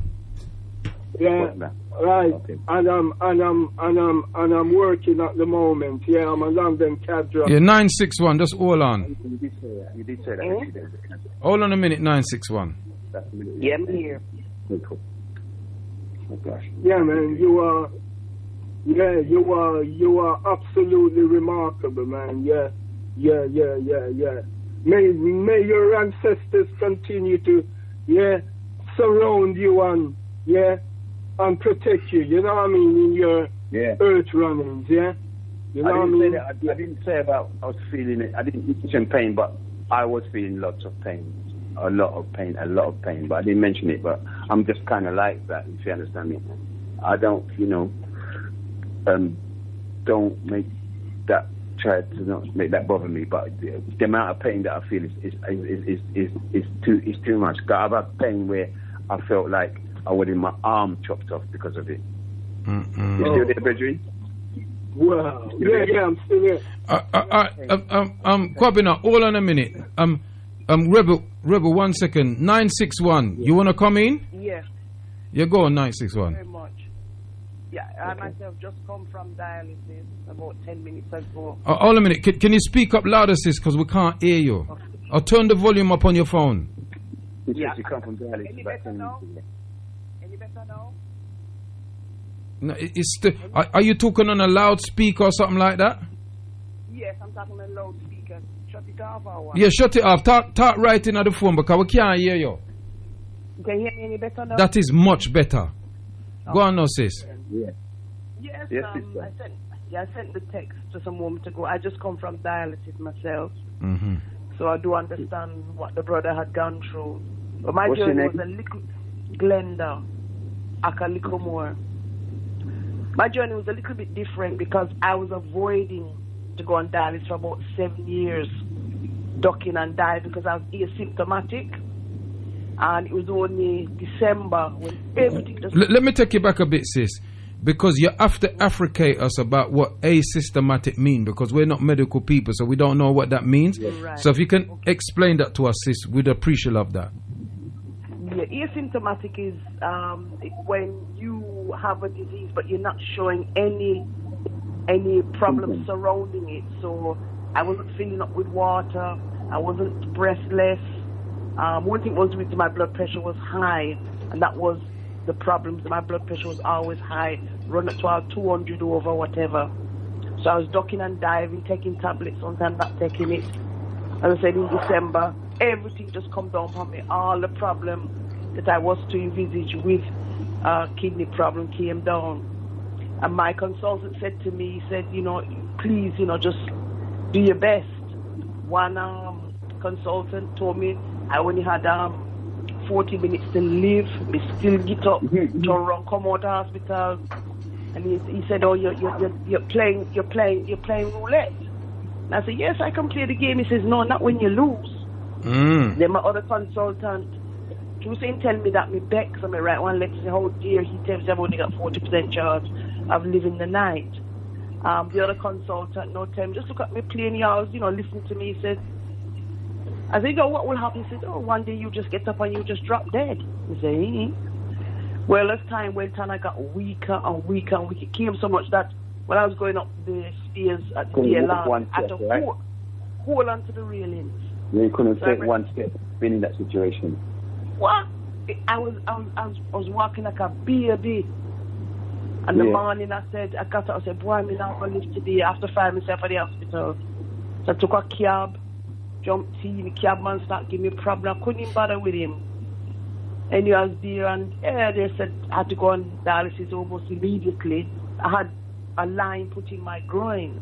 And I was... You had it in your groin, you didn't get it in your neck first? No, it's my groin first. No, it's my groin first. Obviously, I was a case where I was full of water. Sorry for cutting you. No, Rebel, let her finish, please. Let her finish. Yeah. Yeah. They put a line in my groin, but obviously I was in distress. I never liked the man who said I do the operation. I heard that I was in distress and I was there lying down. I was just blue, but that showed me that I had a cardiac arrest, and they gave me 2 pumps to the chest, and I came back. So I wake up, everybody looked at me funny. Winona was there, and Winona with us, and she asked me, what am I doing in the ICU? They told her, but didn't tell my friend. So yeah, it's been a hell of a journey. I've only been out there since February, and still fighting it. They're up and down, taking different tablets, this for this, that for that. And you've done well, brother. You've done extremely well. So how long, sis? How long have you been taking dialysis? How many years? Since February 21st, I came out of hospital. What, this year? A month. Yeah, this year. And I didn't look too well beforehand. I looked really bad, and then I lost a whole heap of weight. It's only just now me I put on weight, so I got 3 evenings a week. Sometimes me not go, because sometimes when they on the machine, the blood pressure drop, me faint, me sick. I say, boy, this busy, them a draw me the fluid from me, and then I work it out properly. So me not go. So I don't go. And then, I take time out. So he asked me, why didn't I come? I said, I give the machine a rest. You can't keep up your body, so batter. You got to, and it's good for your mental self as well, that you don't always go, you see people there, you see your people there. And when I was going to the Borough branch, it was 99% black people, and the majority, they came from Nigeria. Because they was all talking amongst themselves. Oh, weird. I mean, one, yeah. So, Olam, you're telling me that when you go for dialysis, 99% of the people that's there is black people? Is African? Yes. Well, and then when I spoke to my friend, he said, it's how they call it, it's a problem of your job. He said, we're suffering from that. Because when we come over, we walk. And even though we might fall ill, we don't seek attention. There's a lot of people there. I think I might be maybe one of the youngest just come in the group. But there's people on there for years. And he's right about the fistula. Me have my one, and then they took the one from my groin and they put it in my neck now, next to the jugular. I said, it's on Frankenstein now. They should put it in the groin in the first place. They should put it straight in the neck. They put it first there. They must have to draw the blood. The next should be done first, then work towards getting a fistula after the neck. Right, but I don't want no fistula, because you see them, they look ugly. They're ugly, I know. You see? Yes. You're right about the golf balls. Yeah. Yeah. But they're saying you have problems with one in your neck. But I said, as long as I keep it clean and tidy, I'm going as long as I can. I really am. I really don't want that fistula. Oh, you can swim. I said, I can't swim, so I don't need it. So they keep on asking me. Go on. I didn't even tell Kwaku. So I got one in my chest, a line in my chest at the moment. Yeah, it's called a lifeline. I had for, it's not in my neck now, it's in my chest now, and it's been in there for a while, about 10 years or something like that. About 10 years. So I had it changed. It's the second line I've had in my chest. Right? I'm glad you told me that. Yeah. I intend to keep mine. Yeah, that's better than having a fistula. Right, but they're trying to say it's better. The needling, that's what they're going to try and do to you, But you can refuse it. You've got the right to. Yeah, You got the right to refuse. Kwaku. Yes, sir. The right to refuse. Yeah. Yeah, let me just say something to my article, brother there. You know what I mean? Yeah. Yeah, if there is a war or if I was in a fight, yeah, I don't want nobody else beside me but you, my brethren. Yeah, may I tell you, yeah, because you are a live Superman in the fullest. Yeah, in the fullest. Told me that sometime. My cousin Lenny, folks. In the fullest sense of the word. Yeah, as far as I heard your story, right? Yeah, you are absolutely remarkable. You know what I mean? And oh man, I just hope that you enjoy every minute of the day, every day, man. You just enjoy it with a plum. You understand what I'm saying? Yeah. Yeah, don't make nothing pass you, brethren. Yeah, you know what I mean? Yeah, you take care of yourself. I'm almost wheelchair bound, almost. But I still can walk a bit. I walk around the house, but I use my wheelchair regularly at the hospital all the time now. Yeah, well, you don't sound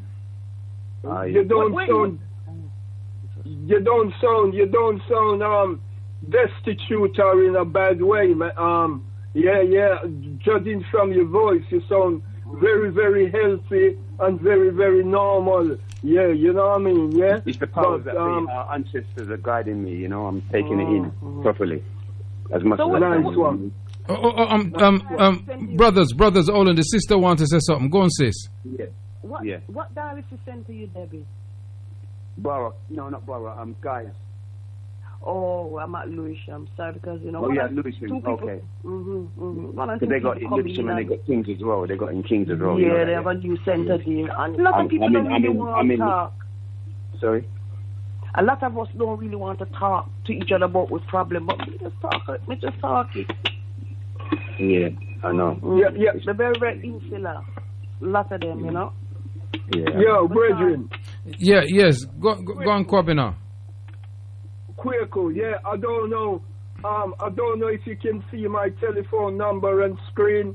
If you can see my telephone number and screen, give it to this brethren, yeah? Yeah. And if he's going somewhere, he can give me like a couple of hours notice so I can be available and I'll come and carry you around, brethren. I think you deserve that. I think that's the best I can do for you. Yeah?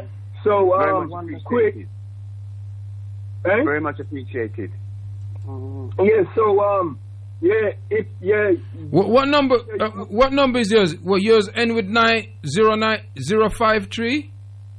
Yeah, I mean that live and direct. Yeah. Hold on there. Let me just write that number down before you hang up. Let me write it down first, and then me get him. Hold on there. Yeah. Yeah, because I got a very spacious cab. So if you've got wheelchair and all that lot. You're the taxi driver, one, yeah? You're the taxi driver. Yeah, man, proper. Okay, proper. Respect, man. I've got taxi card and all that, you know. Yeah, proper. No, yeah. Huh? Did you hear me? I've got taxi card. Yeah, anyway, we deal with that, yeah? Alright, yeah. No hang up yet, because when you hang up, I'm going to miss the number. I just want to write down the number before you go anywhere. Don't worry about, don't worry about, you're talking about fear and all them form of things there, I'm not, my head ain't there. Sorry, excuse me. I'm just telling you that I've got a taxi card. That's what I'm saying. I've got a taxi. All right. London taxi card and thing. Yeah. Discount, big discount. That's what I'm saying. All right. But I also drive. Okay. But I'm not driving at the moment. My daughters drive me around and everything, you know. All right. Yeah. All right. Me have the number, yeah. Number.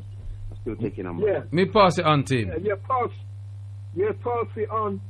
Yeah, pass it on to the brethren. Yeah. All right, bless up, yeah? Yeah, I'm just... I'll call you instead of the taxi. Yeah, if I need you. Yeah. Because I call them every now and then, you know? Yeah. And I'll still call you without, whether I need taxi or not, I'll still talk to you, you know? All right, brethren, yeah? All right, man. Yeah. Bless up every time, yeah, King. You take care, yeah. Yeah. All right. Bless. All right. Well done, Yeah, Kwaku. one love. Yeah, well done, Sister, Kwaku now. sister still there? Yeah, I'm still here listening Okay. on, but That's wondering. yeah, That's what I'm carrying. obviously I'm you- carrying like I'm the presenter now. Yeah, Kwame, hold on a second. Rebel and the sister. What's the sister? What's your name? Little more. Oh, is you just sending the text? Yes. All right then. Little more all, and there's somebody else that calling. I think they want to ask you a question or something. Go on, Kwame. Mm-hmm. Yeah, I mean the brother's story is quite fascinating, but it shows you how wicked these devils in the NHS are, the carers. I mean, this brother has had this issue for about 30 years, and it shows you that this damn NHS, even though we built it, we conceived the NHS, it's not for us, man. Because how can they allow you to go with this illness for 30 years, knowing that there's thing that they could have done for you, right? That would have enabled you not to run for that. And I'll tell you the reason why it's done. Why black people? I think the sister said that black people have it a lot. I'll tell you why. Because not eating our own foods. That's basically it. We're gravitating out of our natural essence, i.e., black people. Right? Our metabolism was not designed to eat non-black people's food.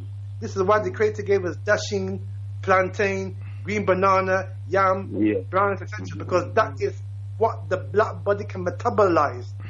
Now, when we drift out of that, and callaloo and them kind of things, right? When we start drifting out of callaloo and them kind of things, right? And start eating pizza, start eating McNasties, start eating Kendotti, start eating, sugary things, right?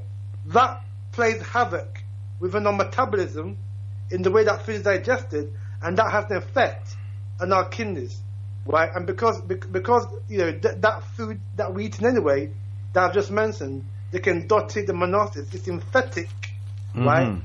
That that has an imbalance to our melanin, and that can damage the kidneys. You know what I mean? And so basically, and this is what the white man does, right? He puts on dialysis, man. No, the natural cure for us as black people, right, is to go on a plant-based diet. Because if you go on a plant-based diet, natural foods, right, that can automatically you can save everything. Get rid of mucus out of your body. Yeah, exactly.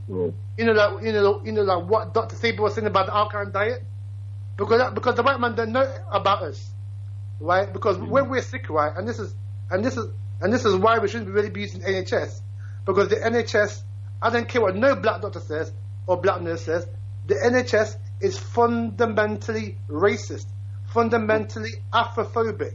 They got a fear of African people, right? And therefore, they're not going to treat us in the same way that they do to a Caucasian or Asian. And in actual fact, those black doctors that work with the NHS are Western-trained doctors. They know nothing of the African homeopathic natural treatments that we did in the Caribbean and African days of Europe. They got no idea. So they're just going to prescribe our people, those nasty, dirty, synthetic white pills that even destroy your melanin. You know what I mean? So people need to understand that this system of healthcare, it ain't for us. I've never used NHS. Pharmaceutical business. Sorry? Yeah, it's a business. Yeah, it's a business. Yeah.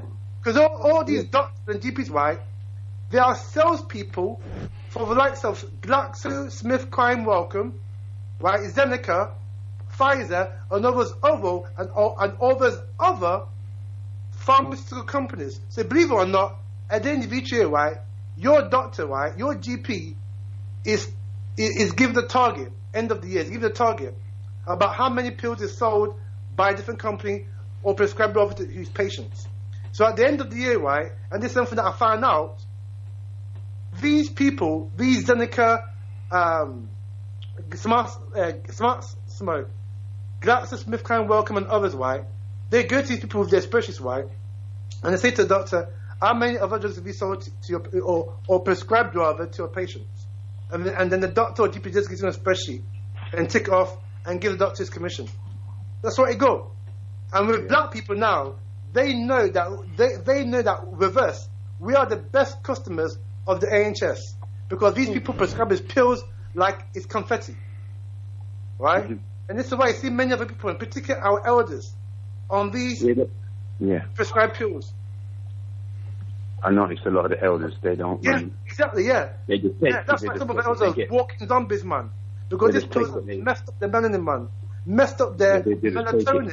And the melatonin is the ability to produce melanin.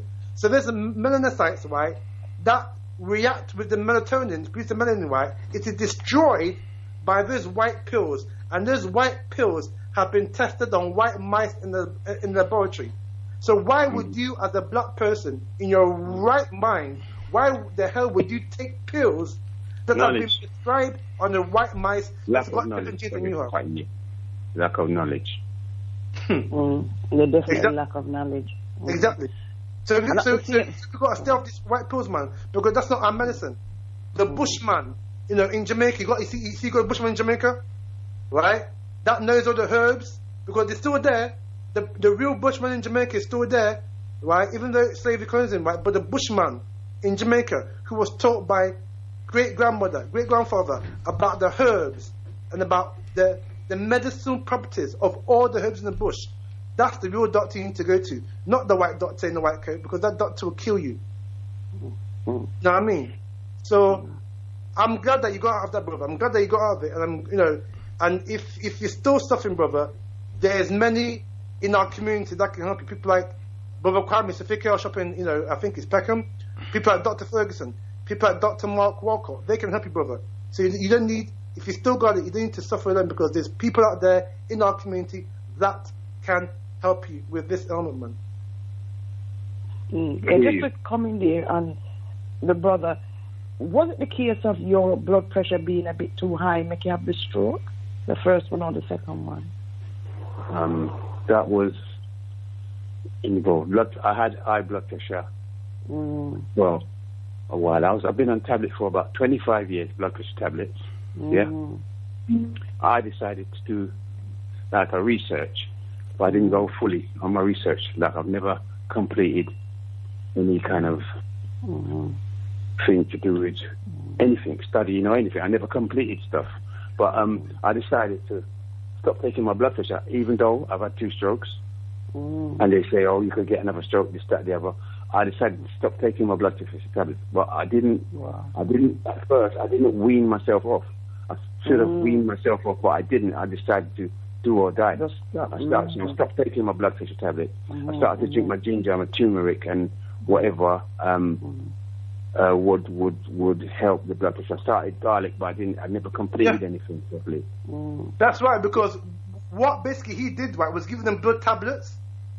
Yeah, that's typical of the white doctor. What he should have done was to cleanse your blood because the kidneys, right, had been infected, or the blood the blood flow into the kidneys had been affected. Right, so what he should have done should be to give you like a blood cleanser that would first of all purify your kidneys, natural one too. Then after that, prescribe you another natural supplement, right, that will help in the process of trying to, flush out this toxin from your kidneys, because your kidneys, right, had got inflammation. That's why your kidneys. You know what the diagnosis was? I don't know if people might be listening to this. Let me see if I can remember it. It's called pyelonephritis. They said that was an infection that I had called pylon. I don't know if I'm pronouncing it right. Pyelonephritis. That was the diagnosis that they said. But I know whatever that is, I didn't Google that properly up to now. I should have Googled that, but I should have Googled that years ago. But whatever it was, I know what caused it most of the way was tension, blood pressure in my head, stress, working too hard every day, not eating the right food mainly. Main thing was not eating the right food, because if I didn't eat the right food, maybe it could have been saved. Or and then if you eat the right food, you can't go start taking this medication, because that's like you said, brother. Exactly. Yeah, it would mess you up. If you got a kidney problem and it's fresh, the best thing you can do is change your diet, right? Change your diet. With a slow. Yeah, could you hold an unknown caller? No. Okay. Also, your diet is very important. But brother, I know that a lot of us do not take care of ourselves, and it becomes very, very late when we're into these problems. Little more. Can I ask you a question before I bring in the unknown caller? Mm-hmm. What do you think it was that you did to cause what happened to you? Not paying attention to my blood pressure. Not paying enough attention. My blood pressure was just last week. It was 257, and your body can't take that after a while. So what caused your blood pressure then, sis? What do you think? What do you think it was that caused your blood pressure to move up so high? I don't know. How many years ago I did put on a lot of weight. That's when maybe the start of it came. I was 1.5 stone heavy, going on to 2 stone heavy. Right. Could the other people put their phone on mute, please? Because we're hearing what's happening in your background, and we don't want to hear that. Yeah, I'll bring it in. But go on, sis, carry on. But at the same time, like the brother was saying, you ought to sit down and research into what you're doing. But 3 days, I run up and work, you come back, you do this, you do that. And I was also looking after my mother who suffered a stroke. I was looking after her home. There's the stress and worry of that. Stress of everything, paying the house, mortgage, all them way there. So it's like you're running on a little rat wheel. You haven't got time to think for yourself. Just think you're young, you're all right. So when I had my first, they call it minor stroke, I had a TIA, which was light. So you had a stroke as well?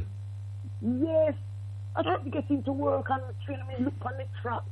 I look across the road and said, boy, I was puffing, I was breathing in heavy. I said, you know what, Glenn, you're good dead. If you stay in a Lewisham, you dead here. People might say, oh, no. So I didn't know. I went to the doctor, sat down and spoke with her, and then she turned and said, just take this prescription. I went to the prescription. Oh. And I come back and I stayed with my friend. I said to my good friend, I said, look, I don't think I'm going to last the night. Let me stay by you, stay by her. Went back to the doctor on the Monday and she did ask me, how do I feel, whatever. I said I had a headache at the back of the neck. She gave me a letter, go to the hospital. And when I went there, they just clamped me. And just went on from there. But I've been up and down, in and out.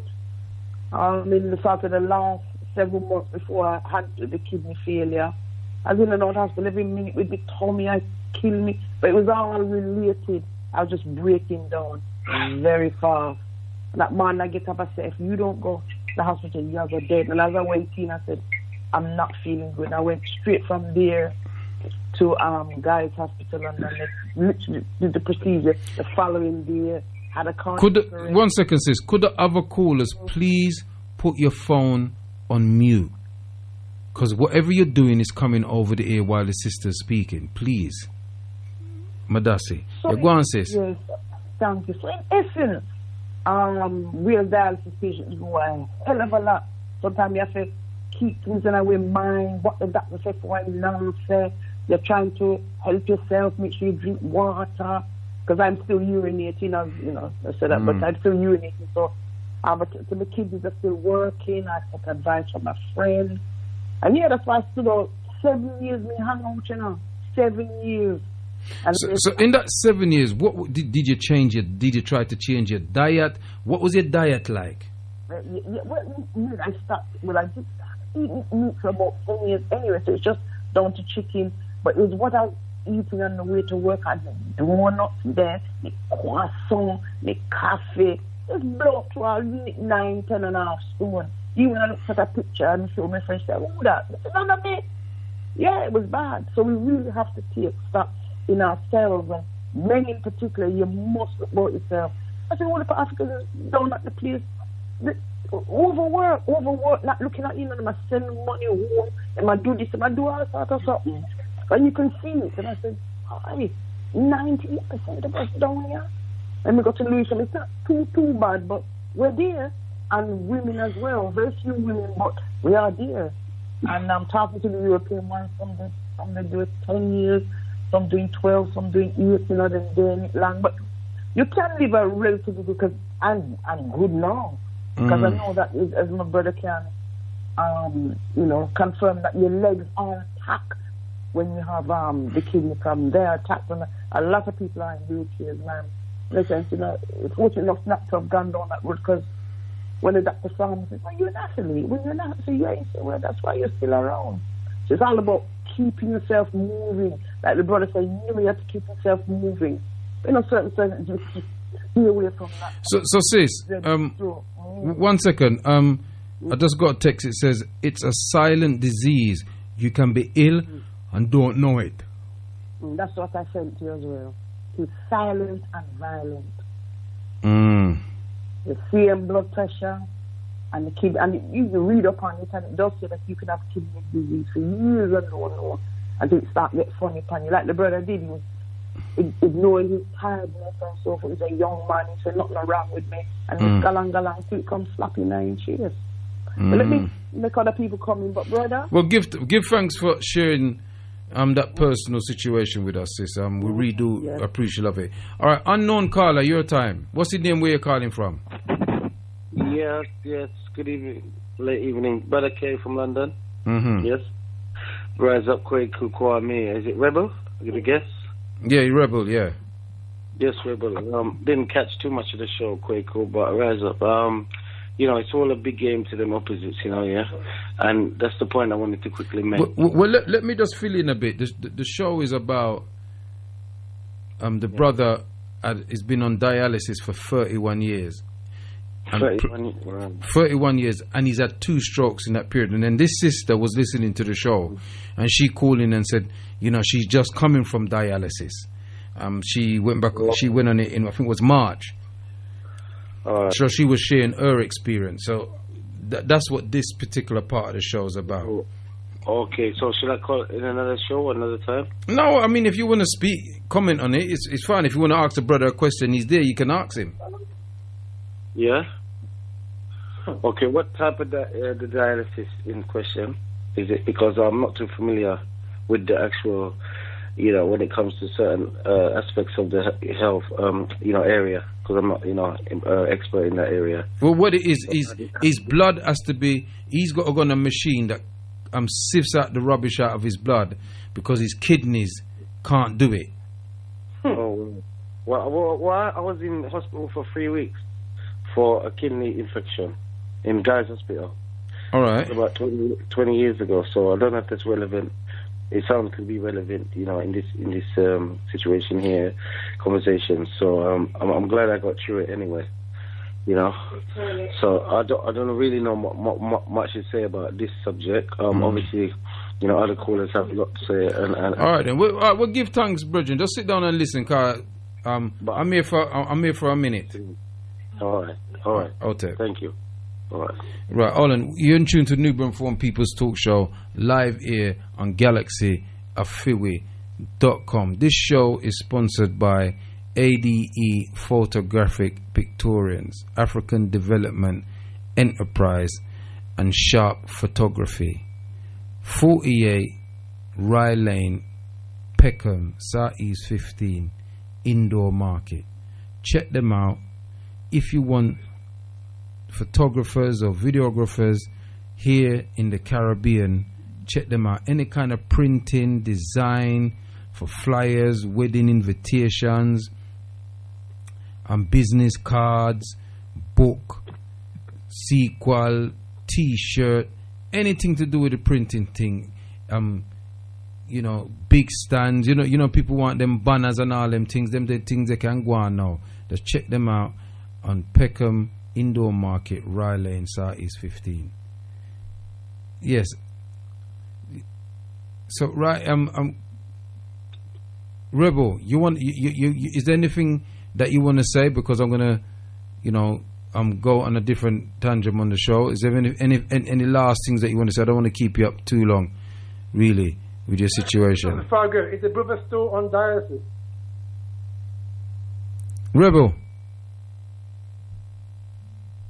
Rebel, are you there?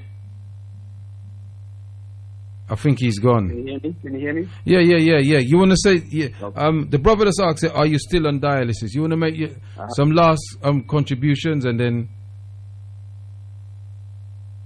I'll take the show into another direction. And then if there's anybody else that wants to call in after, obviously you'll hear it, yeah? Yeah, but I just like I saying, is the brother still on dialysis? Yes, he is. Right, okay, brother, please, right? Please contact either of the following people: Dr. Stephen Ferguson, Dr. Mark Walcott, or Brother Kwame Sifika Center. These are our own natural black counterparts, right? Who can help you get off that. You don't need to stay on that thing, man, because that, I'm not being funny, right? But that's no good for you, man. Please contact these people, right? I'm sure Prophet may have the number somewhere, right? Or somebody from Galaxy will have the number. Please contact one of those three brothers. They can help you. I beg you on my daughter's life. I beg you, contact them, man, because that dialysis machine is not doing you any good. Give thanks. And interesting enough, thank you, Kwame. Interesting enough, Dr. Ferguson was a show before, you know what I mean? I don't even know if Dr. Ferguson is listening, or Walcott, anybody who has a medical background, a herbalist background. I would appreciate love if you could call in and give us some, thing. So, hold on, Sister Empress. Yes, greetings, Kwaku, Brother Kwaku. Give thanks to Galaxy for this great platform, and of course give thanks for this show. I've been listening from the beginning, and give thanks to the brother Rebel, who's sharing his life with us. It's incredible, and the sister was calling all the callers, and there's some very profound points being said, and all of it's been profound as a matter of fact. But what I want to ask the brother is how is he doing now?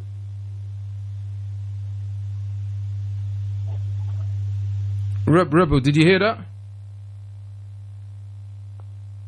Rebel, I don't know, he could have been gone, Sister Empress. Let me check. Sure.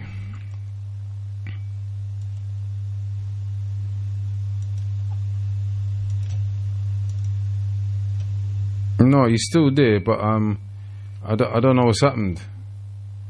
I think he's dropped out. He must have dropped out. Yeah. Also, what's his eyesight like? Because he spoke about his eyesight. Yeah, that's when he first discovered. Excuse me, my yawn. That's when he first discovered that something was wrong. He started to lose his eyes. He was losing his eyesight. So he went to the hospital, the doctors, and they checked him out, and he needed dialysis immediately. Yeah, how is it now? Well, he's been dealing with it for 31 years, sis. I mean, he should have been. I don't know what's happened to him. Maybe he can call back in and give you those answers. But he's been doing dialysis for 31 years. Plus, he's had 2 strokes, and him still can't talk.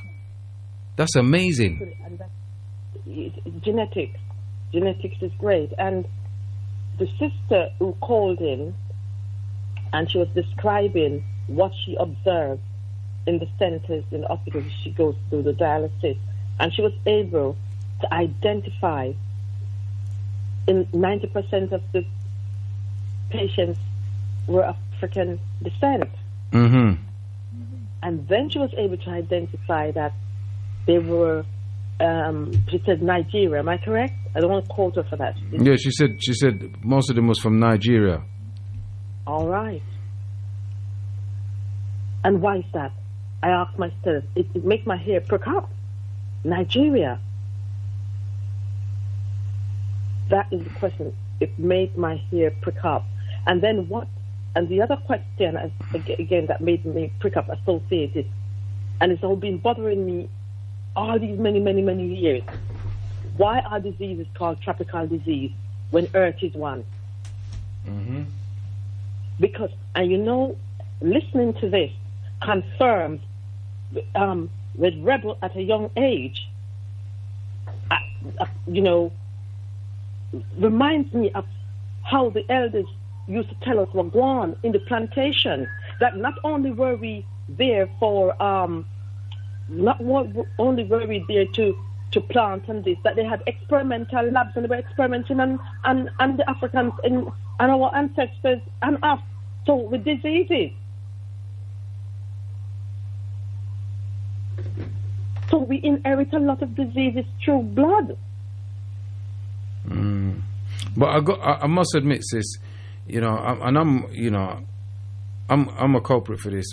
You know, our diet is a lot to be desired. Our diet is a lot to be desired because we are kept from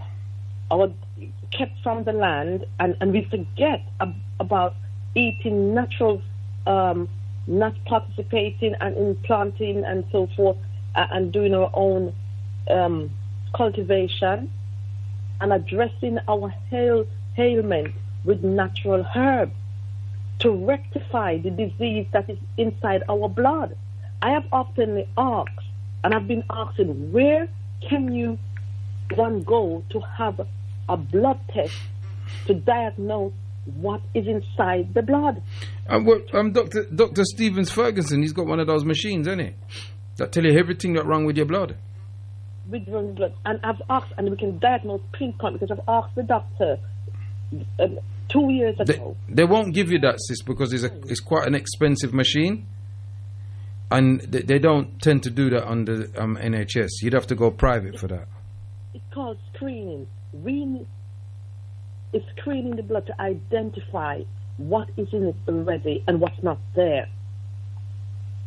We need our blood for screening because the associated high blood pressure is associated to infection in the blood. The very, very high blood pressure is associated with infection in the blood. Well, I think to isolate it now, and the reason why I was there thinking, and I'm thinking, yes, how do we identify pressure on the body? In other words, in one area, if we have a cut, yes, and that cut begin to heal, you can sometimes feel a pressure in that area because it's painful, and that area can be very hot. So when that area becomes hot, if it doesn't get cleaned or looked after, it becomes pussy. So then that pus creates the infection around that area. Once we start looking at taking care of and that air part of our body, and one second, sis. The caller that's called in, can you put your phone on mute, please? Because what's happening in the background is coming through. Yeah. Now, if looking at this truth transformation, now let's identify truth transformation and see how it moves and translates. So it's translating in the body. And, you know, it's in our internals. How did, this particular disease, can get through our body in many, many ways, as you know, right? To what type, to know what I'm talking about, man and woman, so forth, and already what we inherit. And on top of that, what we have in our body, we are connecting with other people, and we're taking different forms of medication that we don't even get a chance to test, whether what's inside of this. We don't know. So we're looking at how it translates. Well, I mean, sister, be quite honest, you'll ask me this or still, I'm not telling no lie. But transformation, you know what I mean, from one point to the next, and it's expansion then. It's expanding. Except this time it's in our gut. And it goes through a bloodstream. Yeah, but sis, I know myself that I'm not disciplined with my eating. And what I've learned from Rebel and Sister Lickamore is that it was a dietary thing that caused what happened to happen. Let me bring in the next caller. Other caller, you just called in.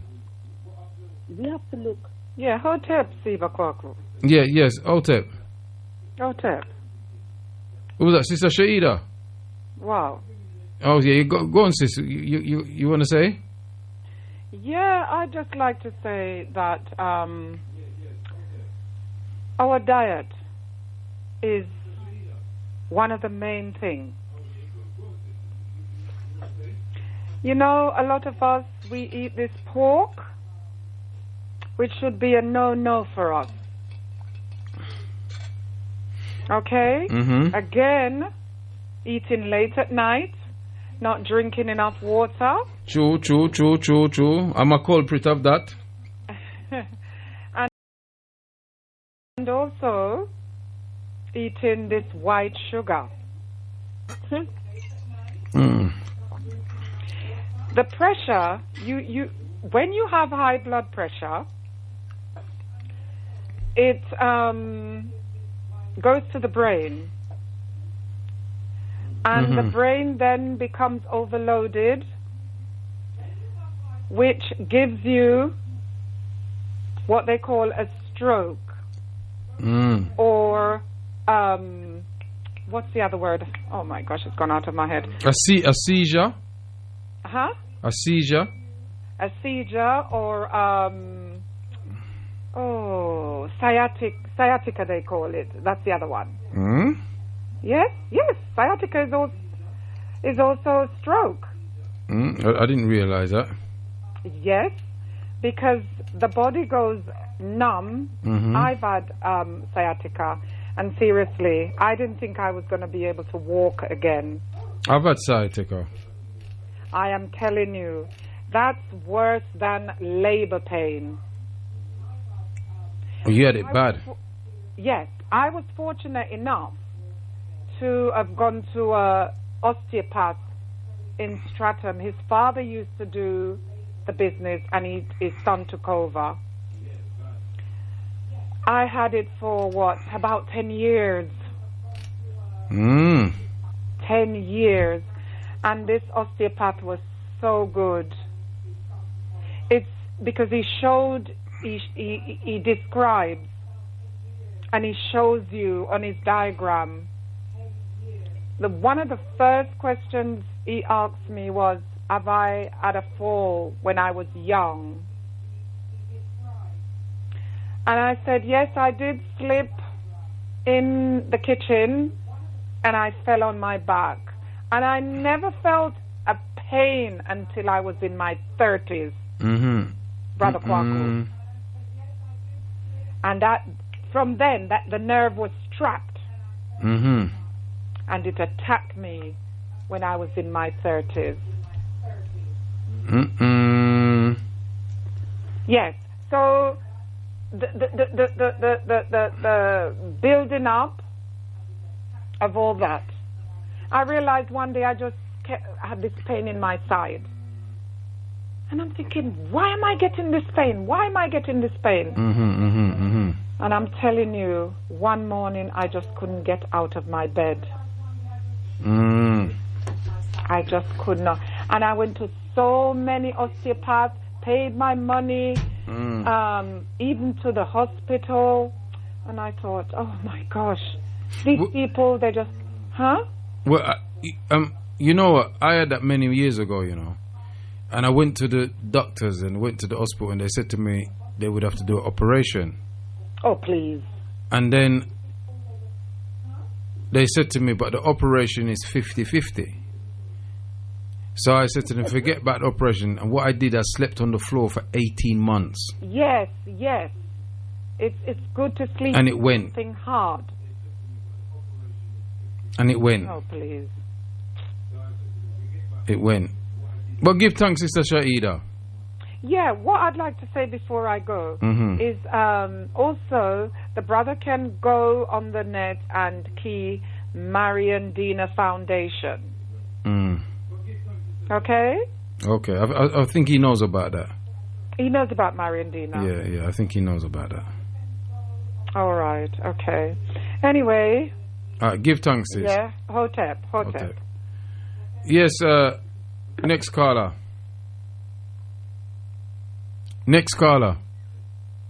Oh, they're gone.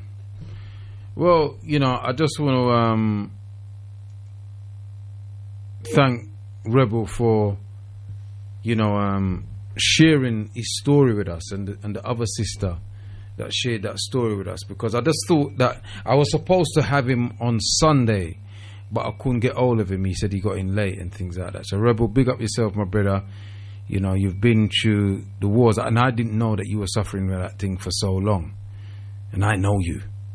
You understand me? So I just got to rise you up, King.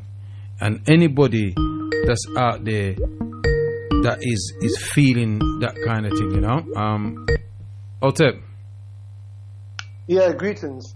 Yes, I sir. just wanted to add just quickly, because before we move into your next bit, right? You know, this Caribbean diet, yeah, is essentially a slave diet, and this is again one of the consequences of our enslavement, that this white man changed our diet. So this cow foot, pig foot, you know what I mean? You know, and even the rice and peas, that's slave food. So the Caribbean diet, and even the diet on the African continent, isn't that healthy either, because there's too much starch, too much fried stuff. That all those foods, right? Like I said, we as black people, right, we metabolize food differently, and we can't metabolize food that is non-plant based properly. And this is why we're having all these ailments, right? If we go back to our natural way of eating, like I said, the greens, the alkaline diet, your callaloo, your spinach, your watercress, your lettuce, tomato, garlic, you know, butter squash, you know, chia seeds, pumpkin seeds, all these things which are natural, high alkaline base, pH value. These are the things that we should be eating, not the white rice, not the white sugar, not the white salt. That causes too much blood pressure. You know, the hardo bread, get rid of all that and eat proper natural. If you eat naturally, alkaline diet, you will see a massive reduction in your blood pressure, in your cholesterol, etc. You need to go to no white man doctor, them devils, you know, that are going to kill you. Give thanks. Otep. Well, people, I mean, I really got a lot out of that. I just want to read this one text. It says, get regular checkups, blood pressure, urine test, body MOT, give thanks. And then this one says, same here, slept on the floor for 2 years. Sciatica, I can't read that part, but that person said, because I slept when I had sciatica and I slept on the floor for 18 months and it went. Because when them tell me say them go give me operation and all them something there, and you know my back I go, you know, me might lose me walking and all them thing there, got nerve and all them thing. Me say Leffy, me sleep on the floor for 2 years, 18 months. Me sleep on the floor. See? And I just got used, and even till today I like to sleep on the floor. Yeah? Even till today I like to sleep on the floor. Let me read out some of them texts here. God, I'm there for a little while. Yeah, me hear you. And that's from Brother Gebra. And it says, loud and clear, Tony. Thanks for the link earlier on today. Yes, big up yourself, T. You still are tuning in? I hope that solicitor to help you. Hearing you loud and clear, Ida Green. Yeah, I could hear you on the Facebook book before it cut out, but not your music you were playing. Turn up the speaker beside the left knee, second to the water. Sister Anoa, big up yourself, Sister Anoa. Yeah, would it have been the pain he was going through that made him not want to live anymore?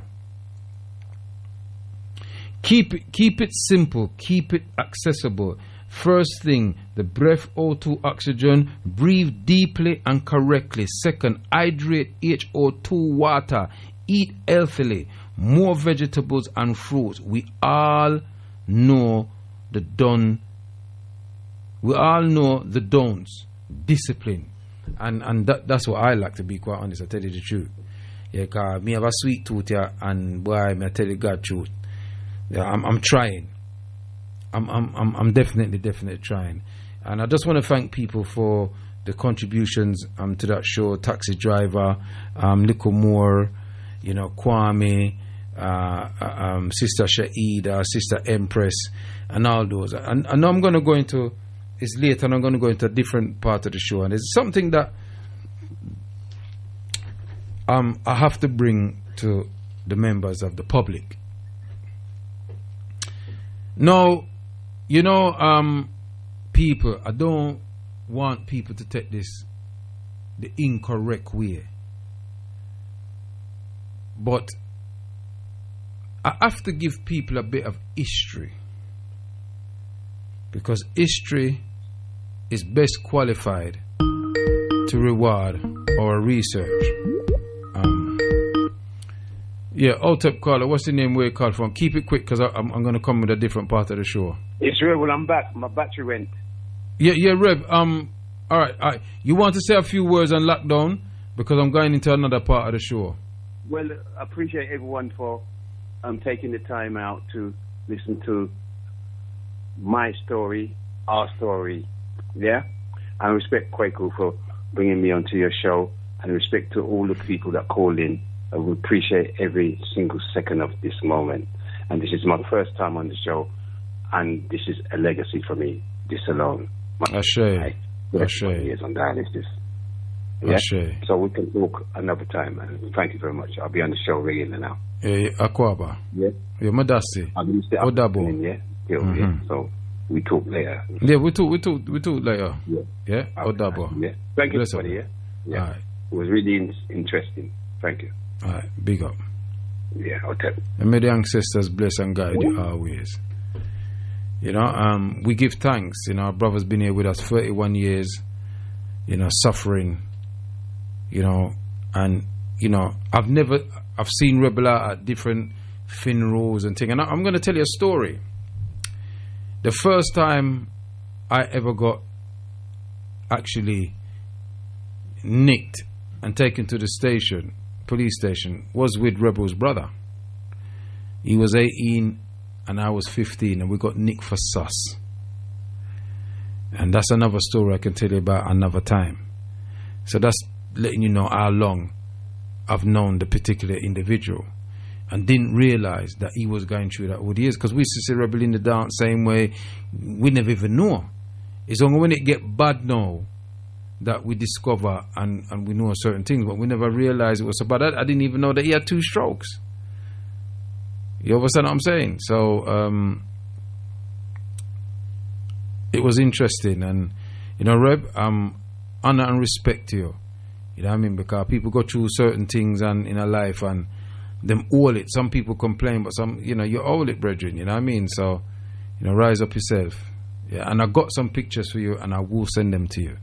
Yeah, you're in tune to Nubian Informed People's Talk Show, live here on Galaxy Afiwe.com. This show is sponsored by ADE Photographic Services. Seen 48 Riley and Peckham, Southeast 15 5BY, and sharpphotographics.com. They sponsor this particular show, and they are the best. Any photography you want, if you want portrait, if you want landscape, if you want to take pictures of your wedding, whether here or abroad. I'm not taking no more calls at the moment. Whether here or abroad, they can do that. Yeah. So check them out. 48 Riley and Peckham, the indoor market. Just ask for the photographers or the printers, because they do printing as well. Print, you know, your business card. Can make all birthday card if you want, birthday card, flyers, e-flyers, design, book and all them something they print on t-shirt, coat and hat and cup and all them something there. So there's a lot of things that they do down there. Get your photocopying. I tell you what, a specialty that they do. You know, if you got some old pictures and them kind of damage up on them all, they can revive them for you. Yeah. So you bring one of the old pictures and you want to tidy it up so it look better and them thing there, them can do that for you too. So, you know what I mean? Don't feel no way. This is our people and we must support their business. So they open from Monday to Saturday from 10 a.m. to 6 p.m. Their number is 02 07 165 5483. If you want to see the type of quality and professional work that these people do. Check them out on www.sharpphotographics.com. That's Sharp, SHARP, and then photographics.com. Check them out. Monday to Friday. Well, you can check out the website anytime you want. You can check it out even now. See? So this show is sponsored by them. Now, people, I want to give you a history story. It's our present day history. My queen will tight. And that history is about the annual African Emancipation Day Reparations March. And I think it's important that people hear the history of this event. Yeah? Because a lot of things has happened over the years with this particular event. And as people know, I was once, at one time, the co-chair of this organizing committee. I am no longer the co-chair. No, they didn't run me out. I left. Yeah? Because of a disagreement. Something that I felt that I couldn't support. Yeah? And so I left. I want to make this publicly clear. Not because I leave, and not because I disagree, means there is disunity. We have the right to disagree. We have the right to form our own opinions. And so I'm going to tell you a bit. I'm going to give you the history as I know it. And so people are clear about the march. And then I'm going to give you my opinion of how I think the march has developed and what it has developed into. Yeah? I'm not going to sit on here and call anybody that is involved in the African Emancipation Day Reparation March insurgents, agent provocateurs, and saboteurs. I will not use those terminology to define people that I had a close relationship with and worked with for 6 years. Yeah? I will not do that. So how did the march, this particular march, come about? This march happened for the first time, this particular march. You know, black people, we've been marching enough time. We marched with Professor Sally. We marched down to Downing Street. We marched when Parliament was sitting. Now, if people don't know, the law is you cannot march past Parliament when Parliament is sitting. That's a law. They can lock up your reggae for that. Yeah? You can't march past Parliament while Parliament is sitting. That means like question time and all them something. You can't. It's not allowed. Well, we did it with Professor Sally many years ago. Myself, Dr. Abu, Professor Sally, his son Tamale, and others. I remember this elder. This Russ elder.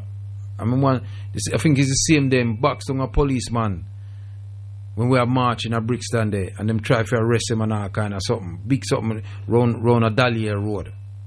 I don't know if anybody was on that march with us at the time and remember that. Yeah? So the march happened in 2014. We went. I remember going on when the thing was happening in Darfur, and we went and we marched. It was about 1,000 of us 1,500 to 1,000 have marched down to the Sudanese embassy, and we had a scrap with them in Whitehall. Yeah, so I've been on a few marches. Yeah, in my time. I've been on many demonstrations. But the March of 2014 was something different.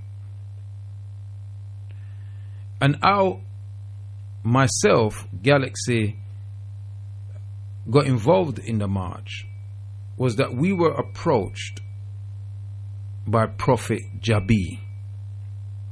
And let me pause there, because what happened is that His Imperial Majesty Haile Selassie I, Earthstrong, is the 23rd of July. And young Rastas at the time wanted to do something for His Imperial Majesty's Earthstrong. So they approached an elder Rasta. The young Rasta name was Simeon. He approached the elder Rastas, and one of those elder Rastas was Jablu, and said that we need to do something for His Imperial Majesty Earthstrong. So what happened is the Rastas got together from the different mansions and formed what they call RM UK, Rastafari Movement UK. And it was a combination of the different Rasta houses and Bobo, Naya, Bingi, 12 tribes, etc. Yeah? And they had a meeting. And at this meeting,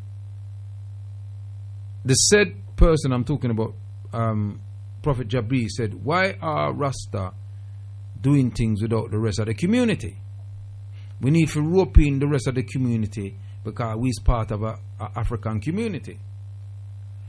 And so he was commissioned to go out to the different black organizations, African organizations, and ask them if they wanted to get involved with this particular march that they were going to do for His Imperial Majesty's Earthstrong.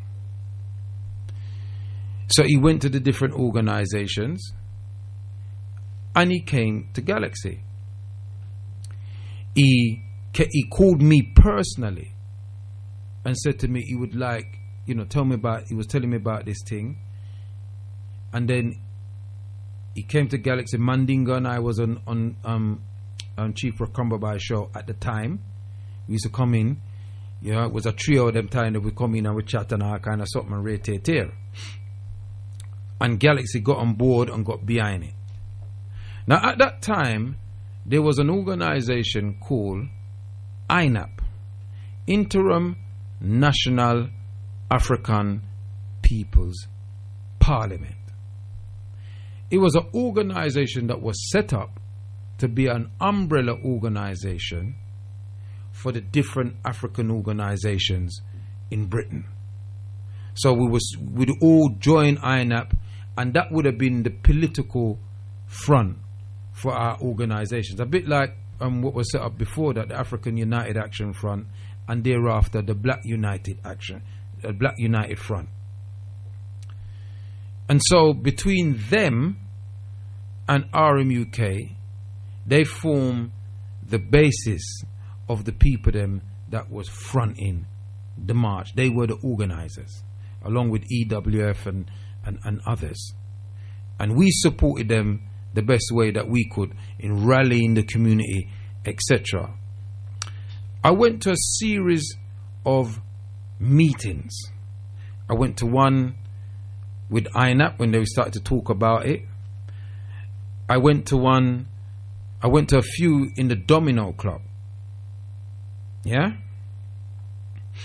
And they were, I think it was Sister Sheba, she was the one that was working it for, and then the other sister from the EWF, can't remember her name, and some brothers and whatever the case may be. Other people can, interject and give me that information if they want. And so everybody was on board about this day. Now, what happened is, what came out of these various meetings, I think the Russes wanted to do it on His Imperial Majesty's Earthstrong, but he was saying that was a bit too soon. You needed some time to galvanize our people. So what was agreed was that they chose August the 3rd. Why? Because the Bob of them march on August the 3rd in Kingston, Jamaica, every year. And it's in line with Emancipation Day in the islands that was ruled by the British. Yeah. So, in Jamaica, Emancipation Day is August the 1st, in line with the supposed abolition of the enslavement of African people in 1834, supposedly. Yeah. And so this went on, and there was meetings and all sorts of things like that, and the event happened. A lot of us there was thousands of us on that first event. It was one of the most fulfilling moments, and I've had a few, but this was one of the most fulfilling moments in my life, in that there was so many, it was so colourful, the amount of us that marched together. And interestingly enough, there was no police escort, nothing, and thousands of us marched from Brixton to Parliament Square. We rallied there for a while, beat drum and all them thing there, speeches, and then we marched back to Brixton, and it was in Brixton Town Hall. Now, that happened, and in the town hall, everybody agreed and said, we're going to do this every year because we want to get 100,000 signatures. Now, there was 2 petitions. The Rastas had 1 petition, and through INAP, they had to stop the Mahanga Mizi petition. Yeah? That was fronted by Esther Osei. Yeah? And there was 2 different petitions that was handed in at the time. It was a beautiful event. I think everybody felt good. It really, it was uplifting. And then 2015 came, and then there was a pledge that was made at this first march that we're going to march until we get the 100,000 signatures. Now, let me pause there. When I was approached, me tell them, say, well, boy, I'm not in the word for marching thing, I'm done with the marching thing, I tell people what me say. But I said I would support it, but my thing is that I think we should claim the day. Yeah? That is our day as an international day for African people, to do with what we want on that day. Now, I remember prior to that, there was an organization called the African Remembrance Day organization, where every year they would go to a different city in Britain and have an event to remember our ancestors. I'm going to repeat that. African Remembrance Day organization. And they used to have it every year at the 1st of Messiah, and they would go to different cities. So they went to Liverpool, Manchester, they went to Bristol. I went to Bristol with them. I went to Birmingham with them. I don't think I went to Liverpool. I think I went to Liverpool. I didn't go Manchester with them. They had a series of them here in London. And when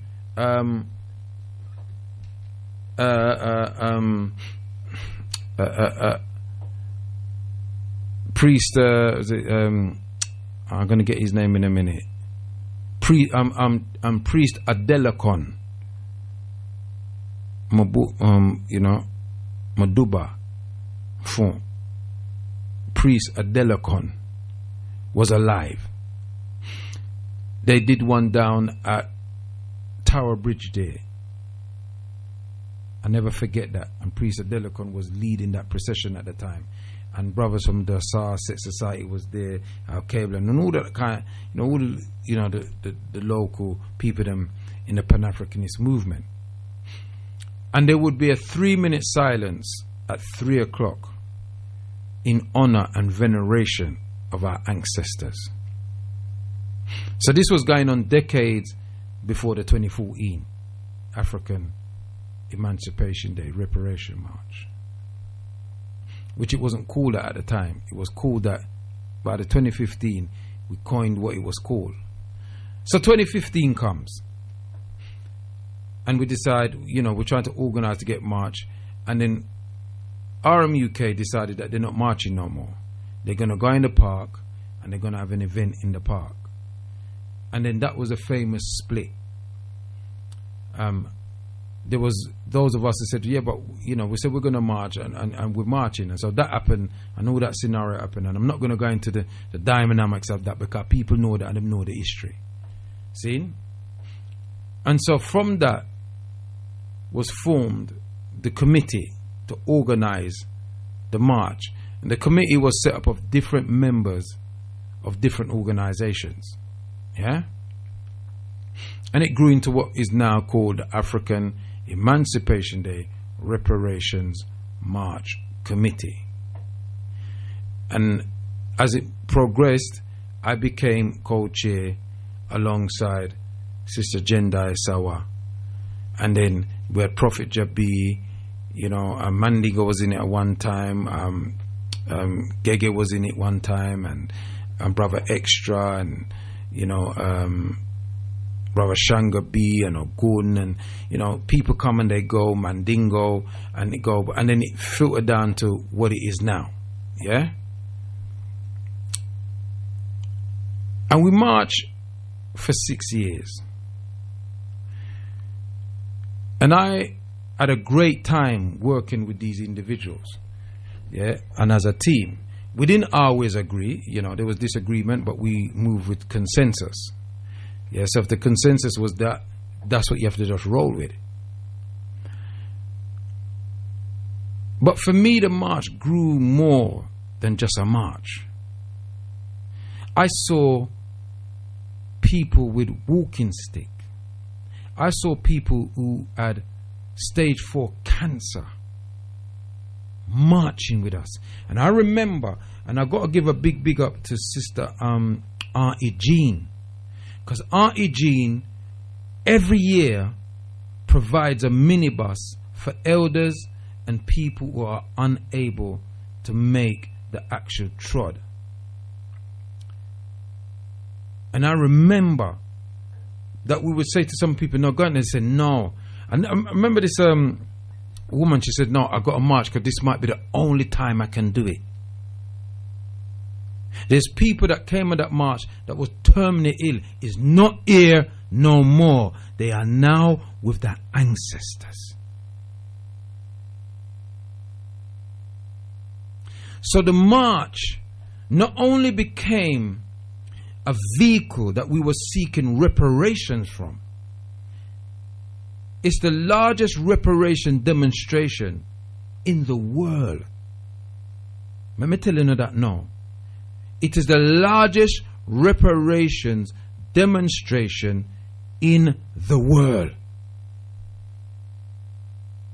One if you hear what I say. And is organized by Africans here in the diaspora.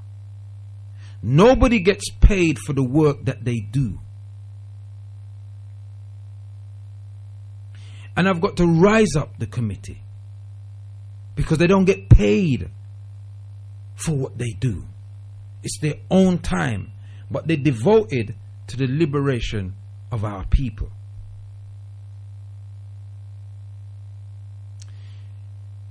And as I said to Una before, the march has taken on a different momentum.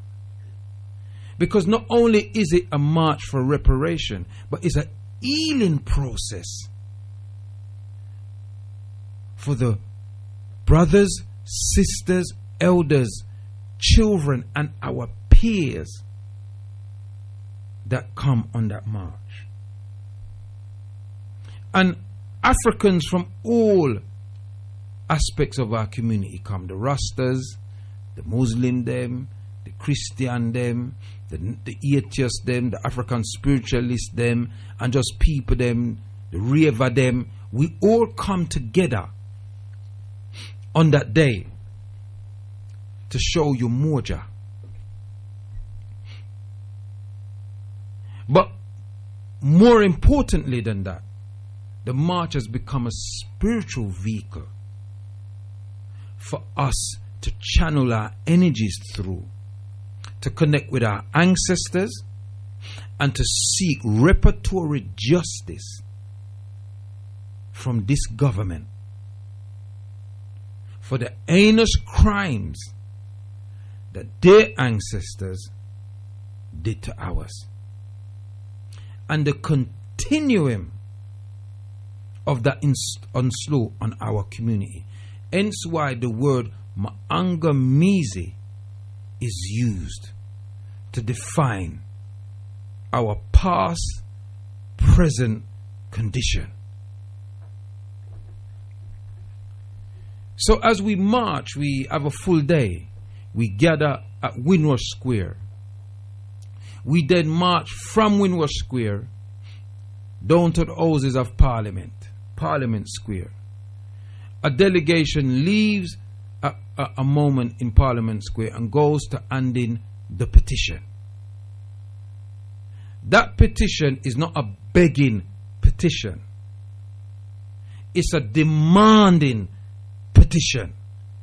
It's given and it's with demands. You can go on www.stopthemaangamizi.com. Yeah? And you can read what it says.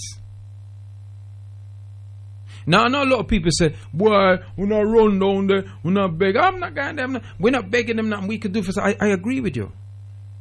But what you have to appreciate, love, is that you're living in a country that you don't control. And they have laws. Now, it doesn't mean we can't break them laws, but there are consequences to breaking those laws. And they have things that you can do to agitate the government, to push the government, and those tools are being used. But it doesn't mean we're expecting anything from them for it.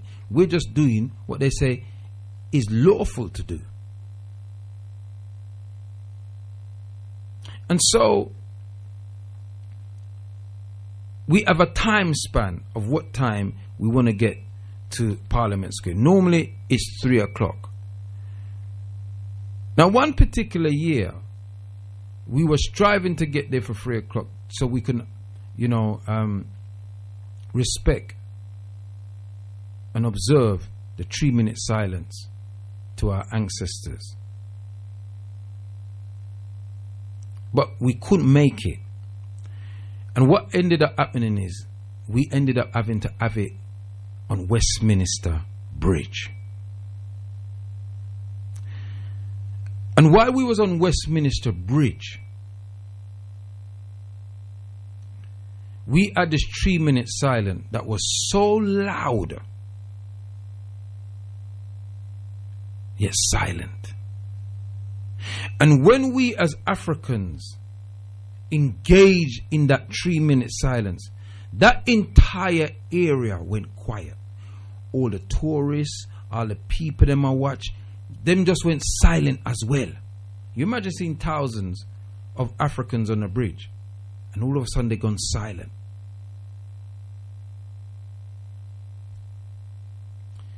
That has got to be, for me, one of the heaviest spiritual moments I've had in my life. I got goose pimples now speaking about it. But before that, we stopped underneath the bridge. Just before you reach Westminster Bridge, we stopped underneath a bridge, a Waterloo Bridge, where the train comes, and we beat the drums, and we beat them, and we dance, and we beat them. And it's like we're evoking the ancestors. So by the time we reach the bridge and do the 3-minute silence, there's a lot of ancestral energy there. What's significant about that bridge? And then we did it the next year. Because unbeknown to people in this country, that a lot of our ancestors that ended up in the Americas and they carry us beyond actually came here first. London, Bristol, Liverpool were ports where Africans were taken to, sold, and then distributed, just like cotton and all the other things they distributed around their empire.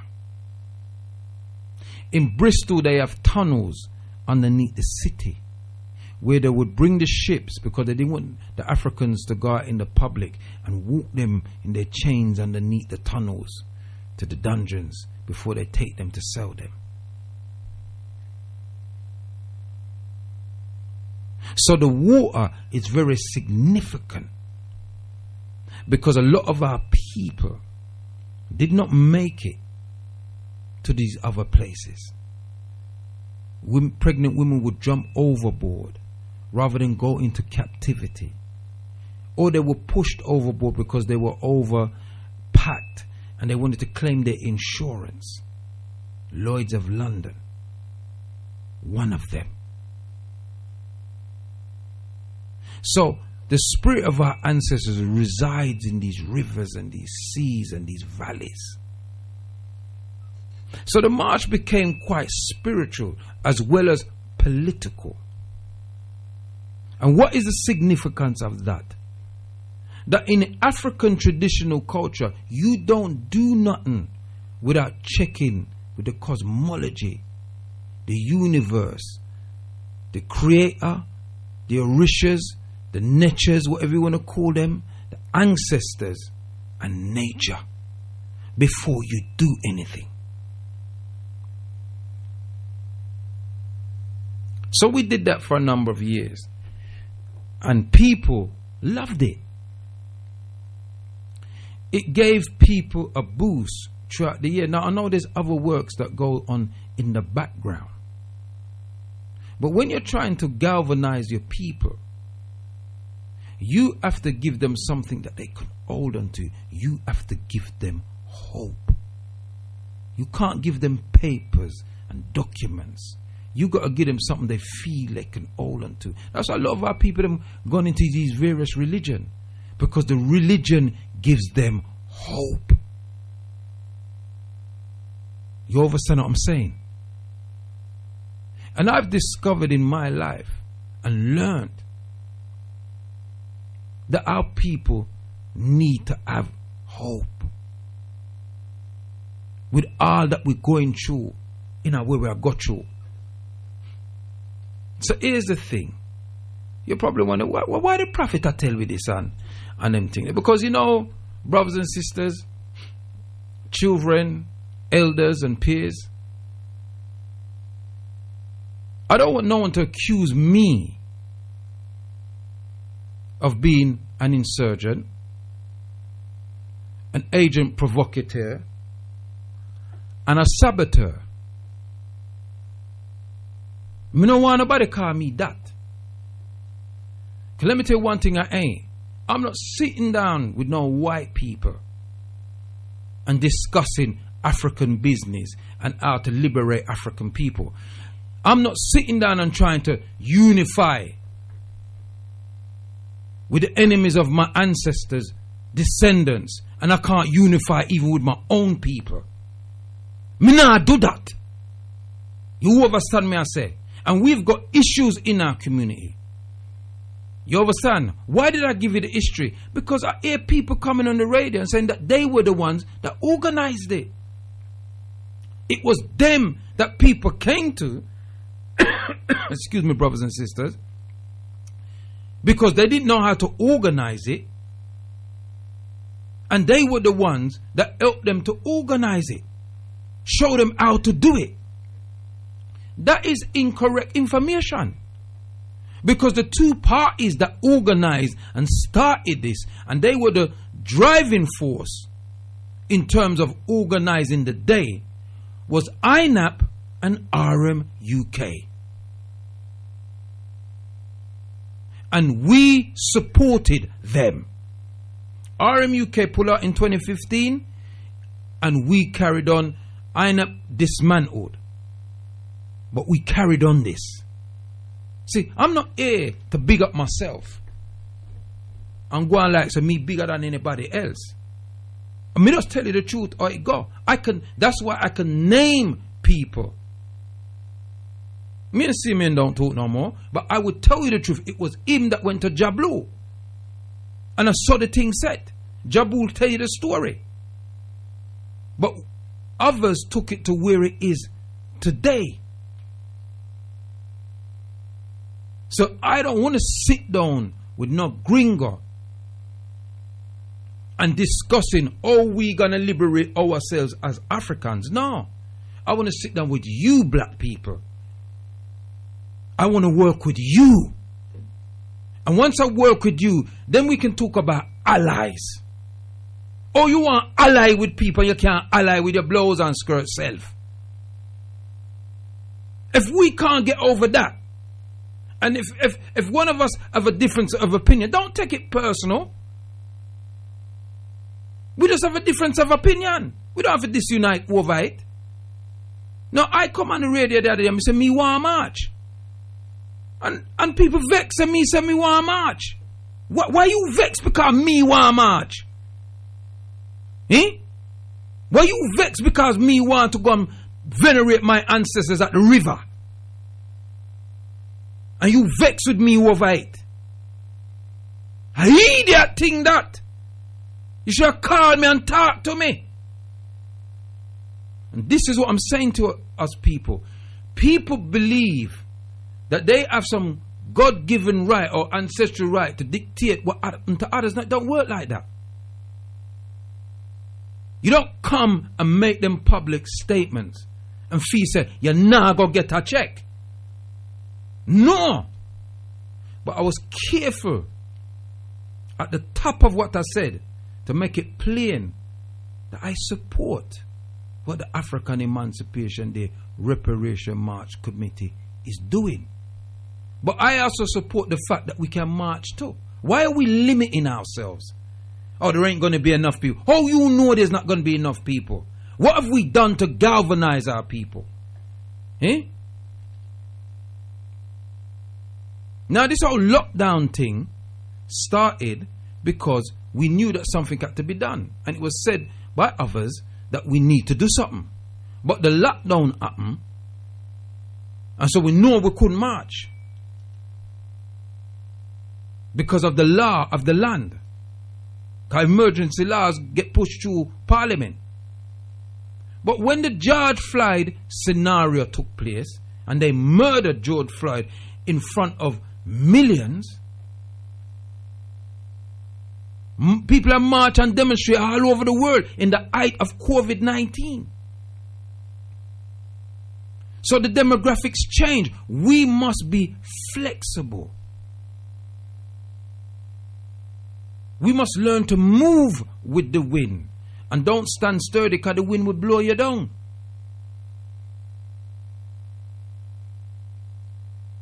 And so, somebody called in the other day on the show and I said, well, boy, me want to march, you know. If me and march, we could all just march by myself. But I'm not into the disunity thing. I don't want to disrupt the lockdown of Brixton. That's what the committee decide. That's what needs to happen. But what happens to the river veneration to our ancestors? So we'll do a 3-minute silence in Brixton. No big thing.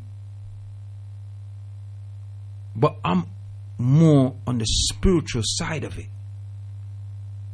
Why can't we do both? If there's tens of thousands of our people, we can lock down Brixton, we can go down to the bridge, march onto the bridge, do our 3 minutes and come straight back and unify with our brothers and sisters. Why can't we do that? What's the big problem? Eh? That way we can lock down Brixton and lock down everywhere else. But hey, the prophet wrong. So my question to you, the community, is what do you think? What do you want? Whatever you want, I will follow. Wherever the community wants me to go, that's what I will do. I'm putting myself in your hands. You dictate to me because we are supposed to be representing you, the people. No presenter on this station here is representing themselves. None. We are representing you. We are your voice that cannot be heard on the LBCs and the BBC Radio London and the Talk this and all the other nonsense and all the other so-called community station that all them think them want to do is play flipping music. We GalaxyAfiwe.com is your voice. So if you don't call me as a prophet, no, we nah march. Make we go and cool adapt me I go do. Because a good leader, a great leader, listens to the people. They don't dictate. We don't run a dictatorship. You understand me? I say, I don't do what I do for me. If I want to do what I do for me, I wouldn't even be doing this. Because this don't pay me no money. I don't get no money from it. Me not pay my bills from it. Me can't go home to my woman and say, yeah boy, me not chat about this and that, you know, and things. So she says, so where the meat money there? Boy, them never give me no meat money, you know. So she said, oh, you go eat. So I got to go and do other things to put food on the table, give my children them their pocket money, buy their school uniform, and make sure the bills them is paid. So Liberation Road don't pay money. No presenter on this station get money from Liberation Road. It don't happen. We have to find other means, other work to feed ourselves. Now I never choose to do what I do. The ancestors chose me to do what I do. I've been a liberation fighter actively since I was 28 years old. Remember my brethren said he had his first dialysis when he was 28 years old. He must 60 this year. Me are 58. So I've been on this thing a long time.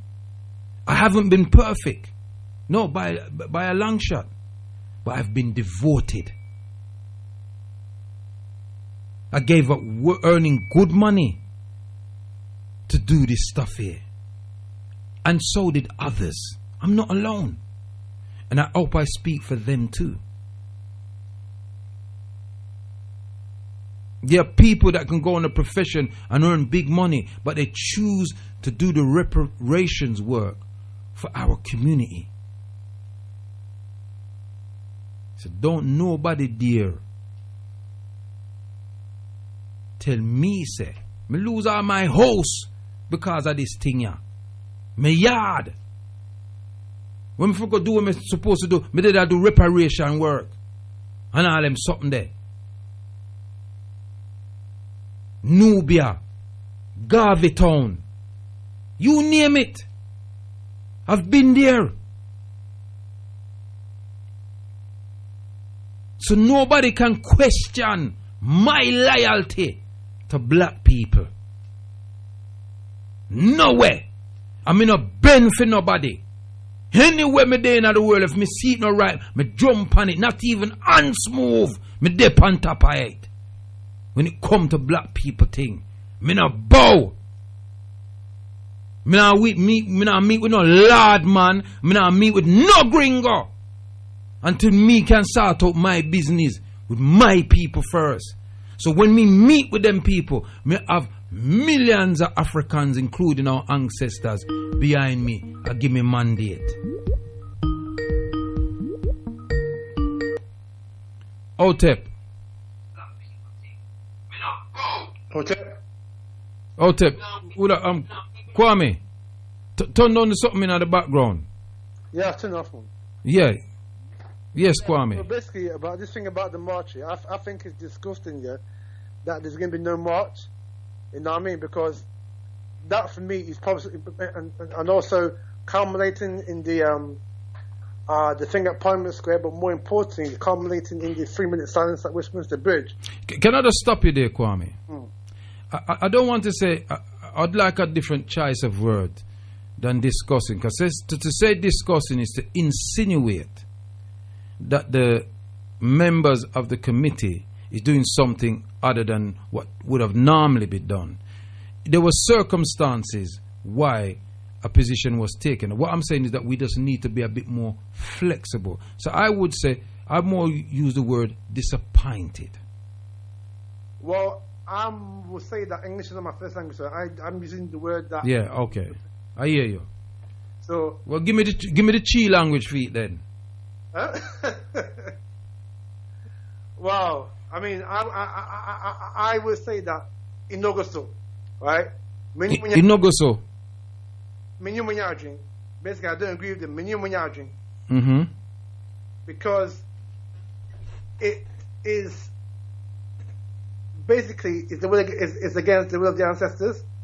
Because the ancestors, when we stood there at 3 o'clock here, at Westminster Bridge, during that 3-minute silence to the ancestors whose blood, sweat and tears built this whole country, that sent a powerful message, right? Because I was on the one last year, right?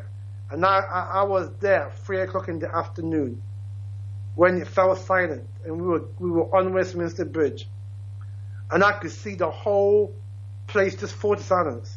Even the most irate taxi driver had to shut up and bear witness to the fact that what we were doing was of high spiritual significance and importance. Even the people, the Caucasian people, had to show that respect to us as well, right? So to not have that is to devalue the whole essence of what the First of Emancipation Day is about. You with me? I'm listening to you, bro. I'm letting you have your say, because you was there. I'm letting you have your say. Yeah. So what I'm saying is that not having that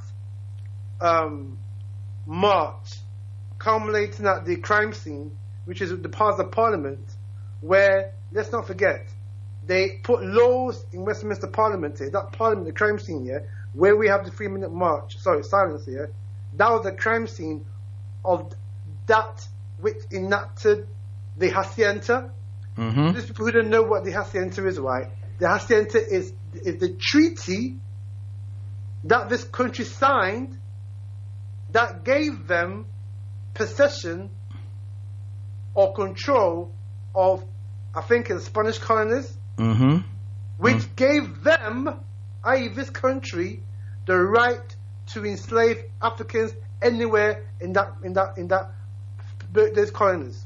And to add what you say, Esther Stanford Osei made a famous speech on 2015. She said, "This place is a crime scene. This is where the crime was committed." Mm-hmm. You understand what I'm saying to you? Powerful speech. Mm-hmm. Continue, my brother. And to add to that also, it was the same crime. One second. Could you just hold on 821? Let Kwame finish and turn down your. Just mute yourself, until I bring in. Go on, Kwame. Yeah. So basically, it was the same crime scene that in 1792 and 1807, this devil called Wilberforce, who they hail as being the so-called emancipator, right? He voted twice. Yes. Tell them. Right, he voted twice against the abolition of the enslavement of our ancestors. Because why? It is documented. This is Wilberforce, the same man who is upholded the so-called emancipator. He said that African people were not ready for their freedom. And when was that? So we do a great. 1 second. I need to add to that as well. Remember, he voted in Parliament for Parliament to send soldiers to Haiti to try and capture Haiti after the Haitians defeated the French. So continue, my brother. And even added to that, right, there are many MPs, right? For example, I've been able to discover there were some MPs in Nottingham, like William Mellish, who was MP Retford at the time.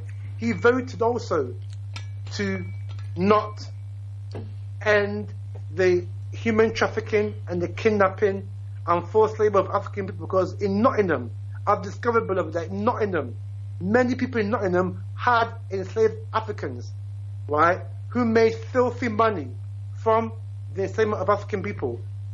William Mellish, who was an MP in Nottingham at the time, was one of those families. So we do a great disservice, beloved, and listeners, family out there, we do a great disservice to our ancestors when we do not have the march A, and B, more importantly, more spiritually, when we do not have that 3-minute commemorative silence to honor the blood, shed and tears of our ancestors who enabled you and I to have the life that we have today.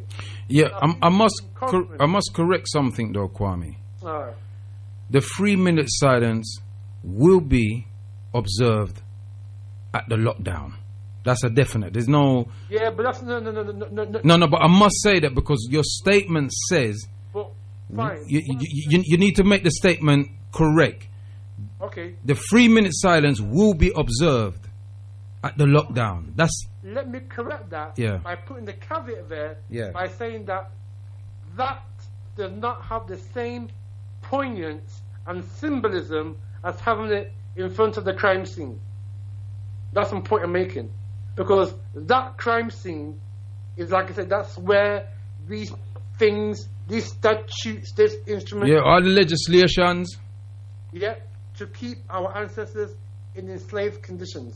So when we stand there, we're sending a powerful message, whether people appreciate it or not, but when we stand there and have that 3-minute silence, not in Brixton, not in Tottenham, not in Highgate, not in Peckham, but on Westminster Bridge, adjacent to the house. Not in Nottingham. Yeah, in Nottingham, right? When we stand there at Westminster Bridge, adjacent to the crime scene, the House of Parliament, we are sending a powerful, symbolic, spiritual message to those people whose descendants are currently in the crime scene. People like former Prime Minister Theresa May, former Prime Minister David Cameron, Jacob Rees-Mogg, Tony Blair. Yeah, Tony Blair, right? And I can go on. We are sending power message to them that we are our ancestors personified, and we remember the sacrifices, the blood, sweat and tears that they shed in order for this country to be what it is today. So I truly believe that the committee, whoever and wherever they are, need to do a serious rethink. There's still time. There's still more than 2 weeks to go. They need to do a rethink and have that 3-minute silence, not in Brixton, where there's not going to have that spiritual effect, but in the crime scene itself. But what we must do, my brother, our people must come out in force to make that possible. You understand what I'm saying? Because things have been organized already, so we need to have thousands of our people there.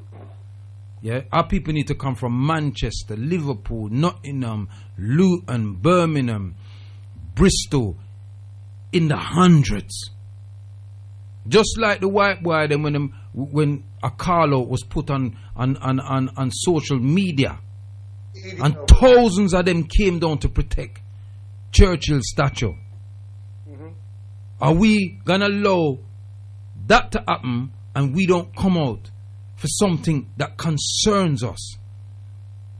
And like you said, the 1st of August is we need to take ownership of that day. We take it on that day, even if it means that 1 year we don't do nothing.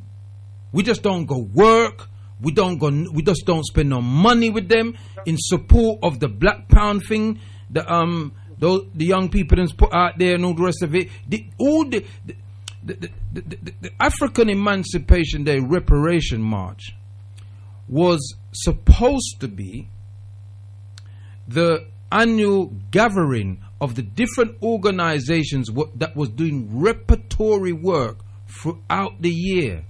And this is where we came together in support of the Stop the Mangamizi campaign and petition, together on a unified basis, to showcase ourselves, to gather together as a people. You understand what I say? That's what it was supposed to be. Do you understand me? Because, I don't know what people's definition of what repertory work is. Repairing work. But I know we've been doing that for decades, Africating our children in the various African Saturday schools that we do for free. We don't get paid for it. You understand what I'm saying? And people that go into prisons to try to help black prisoners, people that work in the institutions where they have the mental institutions to try and help our people them who's having nervous breakdowns and depressions and all these type of things. People that voluntarily work with, stopping the police from arresting our young people. People that work with gangs and young black gangs and young boys stabbing and killing each other. Prostitution and all these other things that a lot of people, you got a sister called Cheryl Phoenix. She got what you call the black child agenda. I mean, she ain't getting paid for that. You understand what I'm saying to you? That's repertory work. You understand what I'm saying? So there's a lot of repertory work that's going on in different parts of the country. Mm-hmm. So the first of Messiah now was a time for us all to come together. Yeah? We should have got the 100,000 signatures years ago. But what happens? Black Lives Matter hijacked George Floyd's death.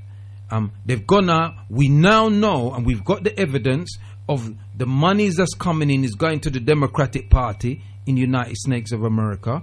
We now know what their agenda is to push forward transgender people into positions of power. Hell, the girl had an interview the other day, and that's what she said. You understand me? So we know what it's about. We have no issue with the term Black Lives Matter. But here what now, right? Now let me finish. I just want to land on this. We have no issue with the definition that our lives matter as black people and Africans.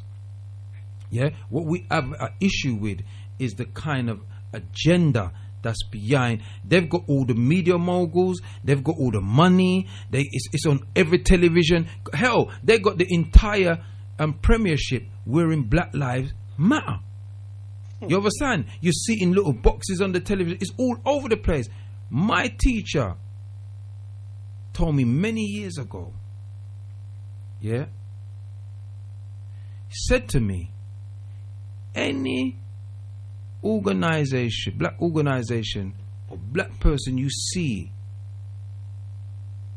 these people supporting is an organization and a person you ain't supposed to follow, because they're not going to do anything that's going to jeopardize their control of your people.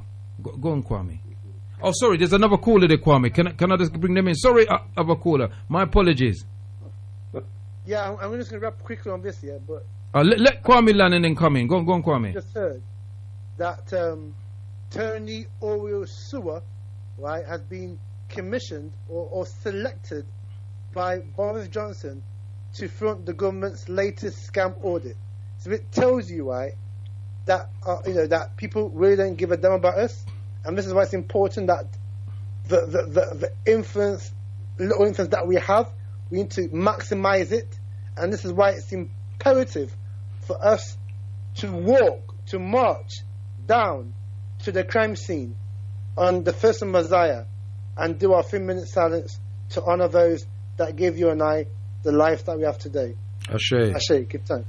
Okay. You're in tune to the Nubian Forum People's Talk Show, live here on GalaxyAfiwi.com. If you want to interact, you don't have to agree with me. You can disagree with me, or you can disagree with other callers. Yeah, the number is, if you're abroad, +44 207 193 0174. Or alternative, if you're on in Britain, is 0207 193 0174. If you want to send a WhatsApp in or a text, is, if you're abroad, is +44 and you don't use the 0. If you're here, is 073 77 920703. I'll be leaving here at 1 o'clock in the morning. Yeah, go on. I'm next caller. Professor Kwaku, hold up, sir. Straight black pride, my man. Straight African pride and brethren. Hold up. Yeah, I'll keep it short. I know you're at home, so I'll keep it short, my brother. Yeah, I heard the Carmen's interaction. Fantastic contribution as usual. The question you asked about what's our take on the march being stationary for this so-called pandemic. Well, I mean, I'm going to be there because I will be one of the stewards. I mean, you asked me 2 years ago. I couldn't say no to you, so I said yes. I was there last year because I was away in Nigeria on the family matter, but I'll be there this year as steward again. And regarding the march, I'll be always obviously there's a crime scene. What? It's a crime scene in the whole country, not just Westminster. 1 second, beloved. Because you speak quite fast, and sometimes I lose it. Because sometimes when I'm listening on certain shows and you call in, I miss what you're saying. But if you can just slow it down and be a bit more clearer, so we can hear what you're actually saying. Because I don't want to miss what you're saying, beloved. Yeah. Yeah. Okay. The crime scene that Kwame was saying, this whole country, as far as I'm concerned, it's whole country, not just Westminster. We're in the crime scene now. So regarding I'm going to be there as a steward. This Messiah. I was there 2 years ago when you asked me. I couldn't say no. I was not there last year, but I'll be there this year. And regarding the question you asked about, what's that take on it being stationary? I mean, look. I mean, Kwame is correct. We should be there physically at the main crimes, which is Westminster. But perhaps we set a contingent down there. I mean, I don't like compromising, but what's your take on that? We set a contingent down there to Westminster to do the prayers and the libation. I mean, beloved, I'm listening to what you say. You're the public, so I'm listening. I'm not objecting to that. It's a suggestion. It's a good suggestion. You still there? Yeah, of course. I'm letting you finish. I'm always there. I mean, like you, I don't like compromising because you should compromise where integrity is concerned. That's your ancestors' integrity and their suffering. But we're going to be there in Brixton in numbers. Hopefully, I'll be there. 2,000 of us there, and perhaps the contingent can go down there to represent and continue what should be done. In a continuum of 100, say, or 50, 100, they can go down there and finish off the ceremony. Could you Ola Muta Kilimanjaro? I'll bring it in after, yeah. All right. Yeah. Go on, Kwame. Yeah. That was Jeff. That was Jeff. Kwame was Jeff. Oh, Jeff. Yeah, Jeff. That was it. Yeah, that was it. Probably great. I mean, that's my contribution. I know it's late, so I'll bring up now and listen to your response off there. Brother Kilimanjaro come in and take care. I'll see you down the road. Blessed love to both of you. All right, Otep, brother. Give thanks. Okay. My brother Kilimanjaro. I stand my greetings to you, my brother. My brother. Stand my greetings. Let me give thanks unto the ancestors to hear your voice, my brother. We don't always agree. Yeah, but it doesn't mean we're disunified. We are allowed to disagree. Obviously not, my brother. Definitely not. How are you, my brother? Everything. I'm just getting my strength back. Well, you did get licked down with the thing? No, cancer. Oh. I had brain surgery, so I'm regaining my speech. Was it successful? It was a little bit successful. The first operation, it was all right. Second operation, the tumor grew radically, so I had to operate again. And I've been in hospital for 3 months. And I just completed the radiotherapy yesterday, actually. So hopefully things will be all right. They say it gets worse, then it gets better. But, you just relearning how to speak again, how to walk, all those things, it's just one of those things, really, Yeah. Brother, I need to come and look for you. Are you still in hospital? Are you at home? No, I'm at home now. I just come out of hospital. I just come out.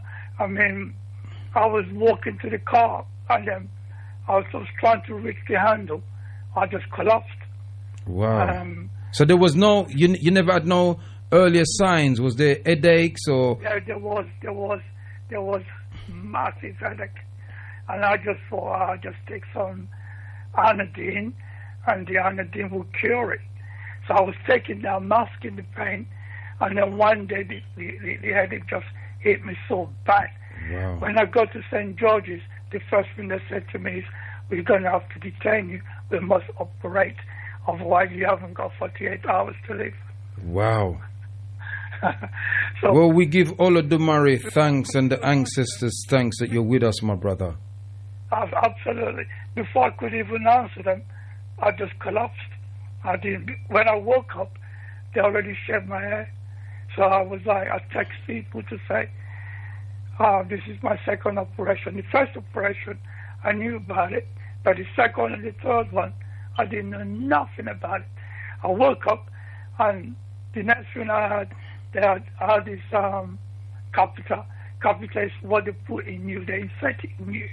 So if you want to use the toilet and everything, you could do it there and done, in a container and stuff like that. They drain it.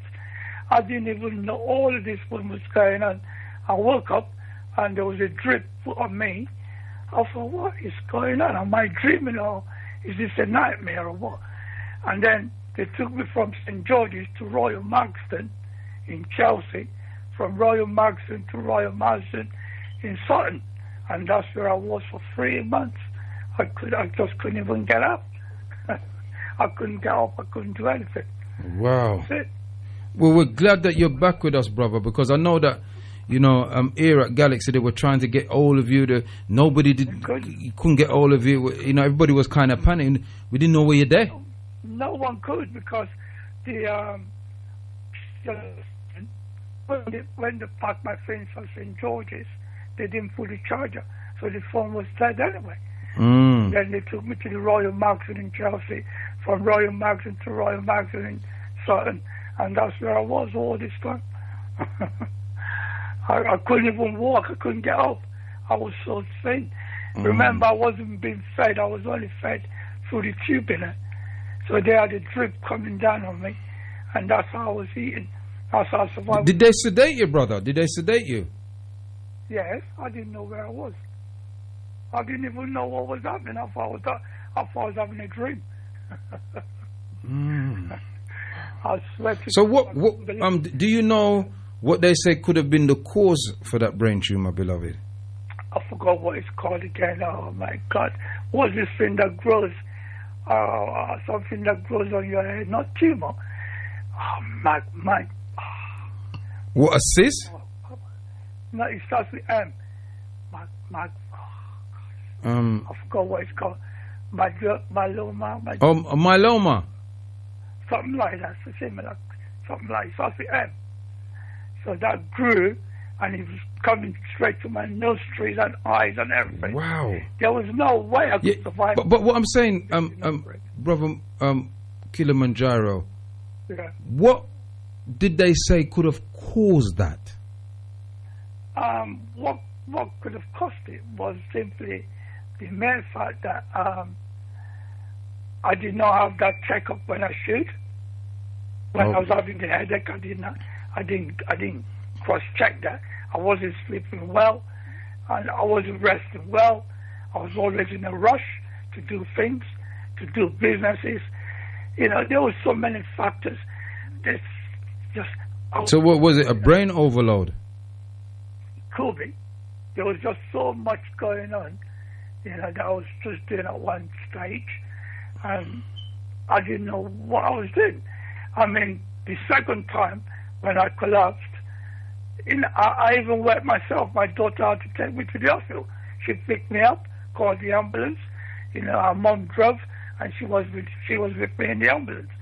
They took me to St. George's, and from there they transferred me to the Royal Magazine, and from Royal Magazine in Chelsea to Royal Magazine in Sutton, and that's where I was. And once they packed my things up from St. George's, because what happened was the first time, the first operation, it went well, it went smoothly. I was feeling stronger, and then the tumor just grew radically, and is that the tumor just get big, so you cut it? I had a fit. I had a fit, and they just think, he's not going to make it, because according to them, therefore, he's not going to survive this. So my daughter and everybody was preparing for the worst. And me, it's like I've visited the gate of death, and I was like, I don't want to die. What am I going to die for 55 years old? Nah. And that's how I bounced back, and I was like, I don't want to die. Oh dear. So that's what happened, So how are you now, brother? I'm feeling stronger. And is it in remission? Well, put it this way, right? I've done my radiotherapy. They completed it, so it's benign. Hopefully, the tumor won't come back again. So, looking forward to that. I mean, it's just the scarring on my arm, the scarring at the back of my head. You have 3 scars, but that's life. These things happen. Yeah. But, talking about the reparation movement, I was going to talk about, there's one sister that you forgot that's very instrumental, and that's Sister Toya. She was our secretary. When I was... Yes, Sister Toya. Right, she was our secretary. When I was employed by JB and Shanga B, their amount of meeting, there were other people that came down to that place on Vassal Road. The amount of meeting that took place at that place, the amount of monetary contribution, the amount of help that Galaxy Radio gave us, the amount of help that ADE gave us, even loads of discount when we went to print cards and stuff like that, and free advert from Galaxy Radio.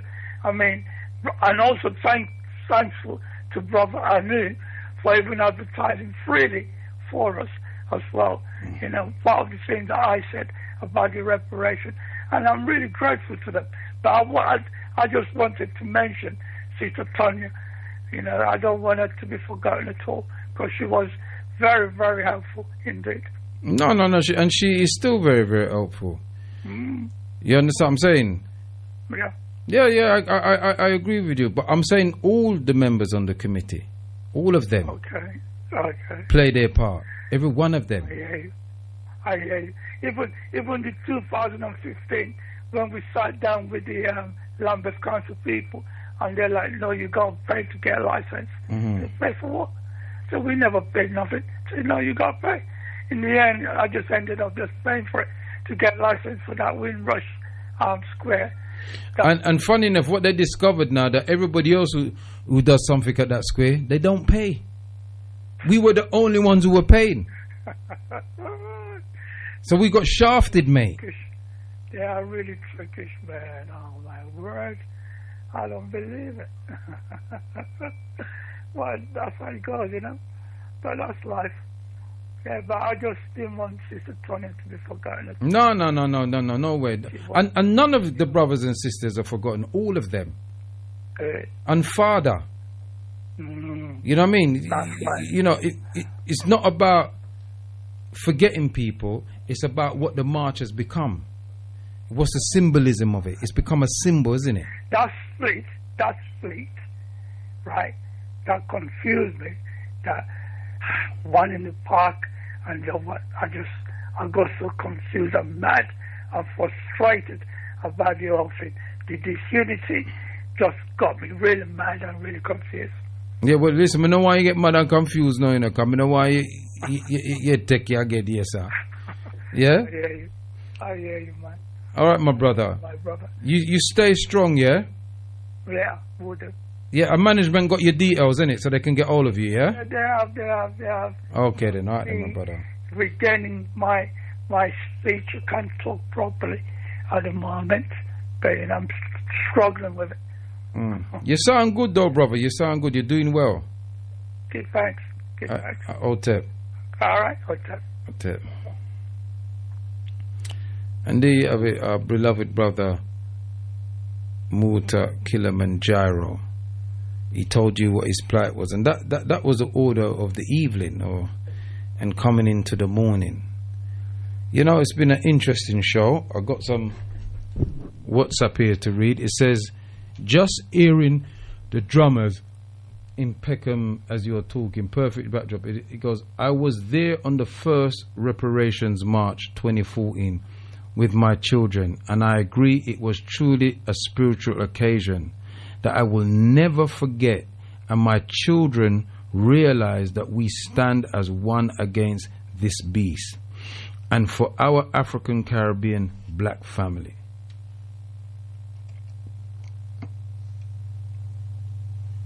Rise up all the time, Prophet Kwaku. They spell it Kwaku. Brilliant show, enough respect and more strength to your guests with the kidney issues. Big up Galaxy Radio Station for always highlighting the issues of the community. Tell it, my brother, we must learn to employ strategy in our actions. The Hacienda was the contract between the British and Spain to transport 4,800 African from Africa to the West Indies for 30 years, from the year 1713 to 1743, and that's from the Gloucester family. Well, you know, people, it's 5 minutes to the hours of 1.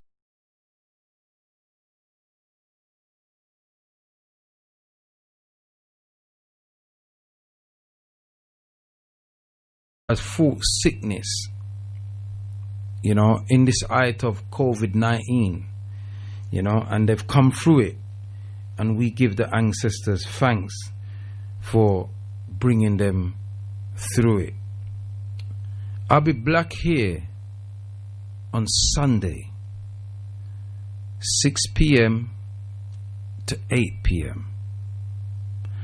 I want to say to the African family that we don't have to agree on everything. We can disagree.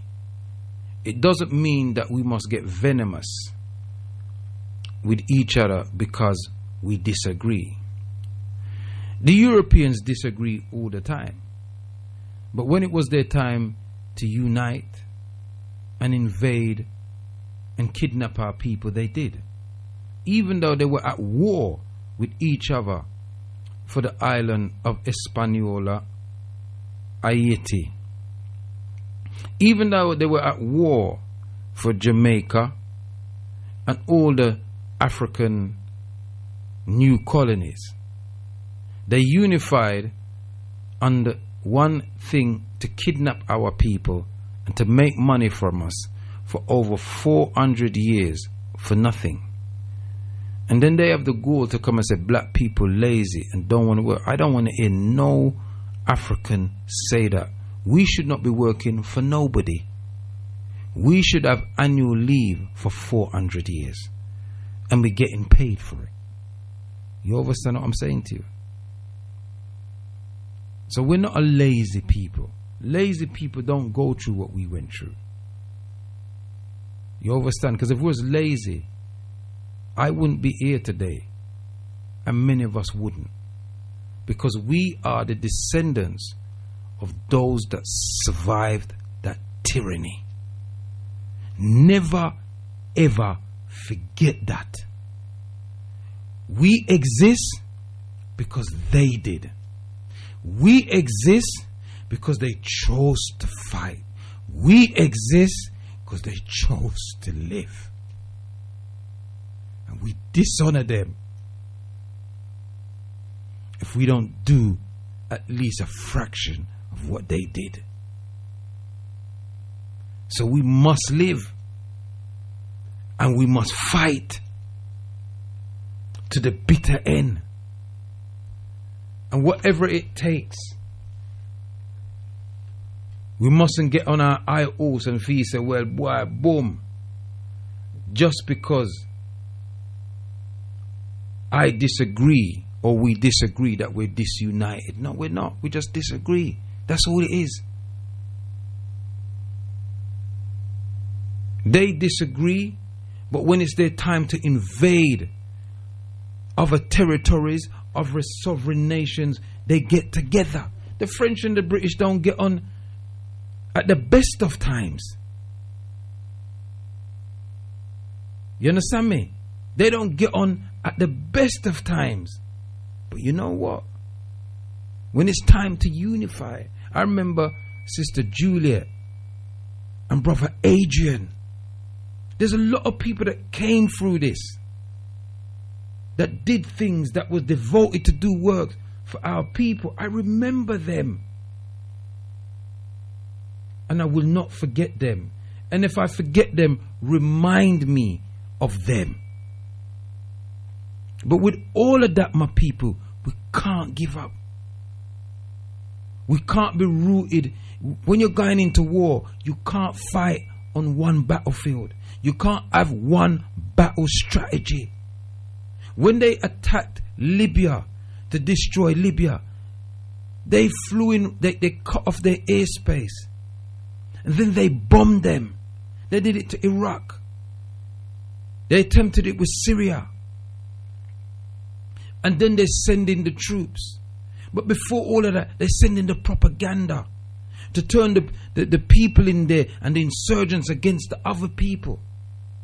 So you don't fight a war on one strategy, because they will know that strategy. You got to keep them thinking. So I love my brothers and sisters in the African Emancipation Day Reparation March Committee. All of them. I just disagree on a point. That's it. That's it. You've been in tune to the Nubian Forum People's Talk Show with the Prophet Meduti Kwaku Bonso Itepe Ineke Jea Senebe Timajilaro Kutu Kutu Medupe Loro Fun Olo Domare Otep. Remember what I'm saying? This is what must never give up, black people. Not Narai, big up yourself. Khadija Queen, may I come?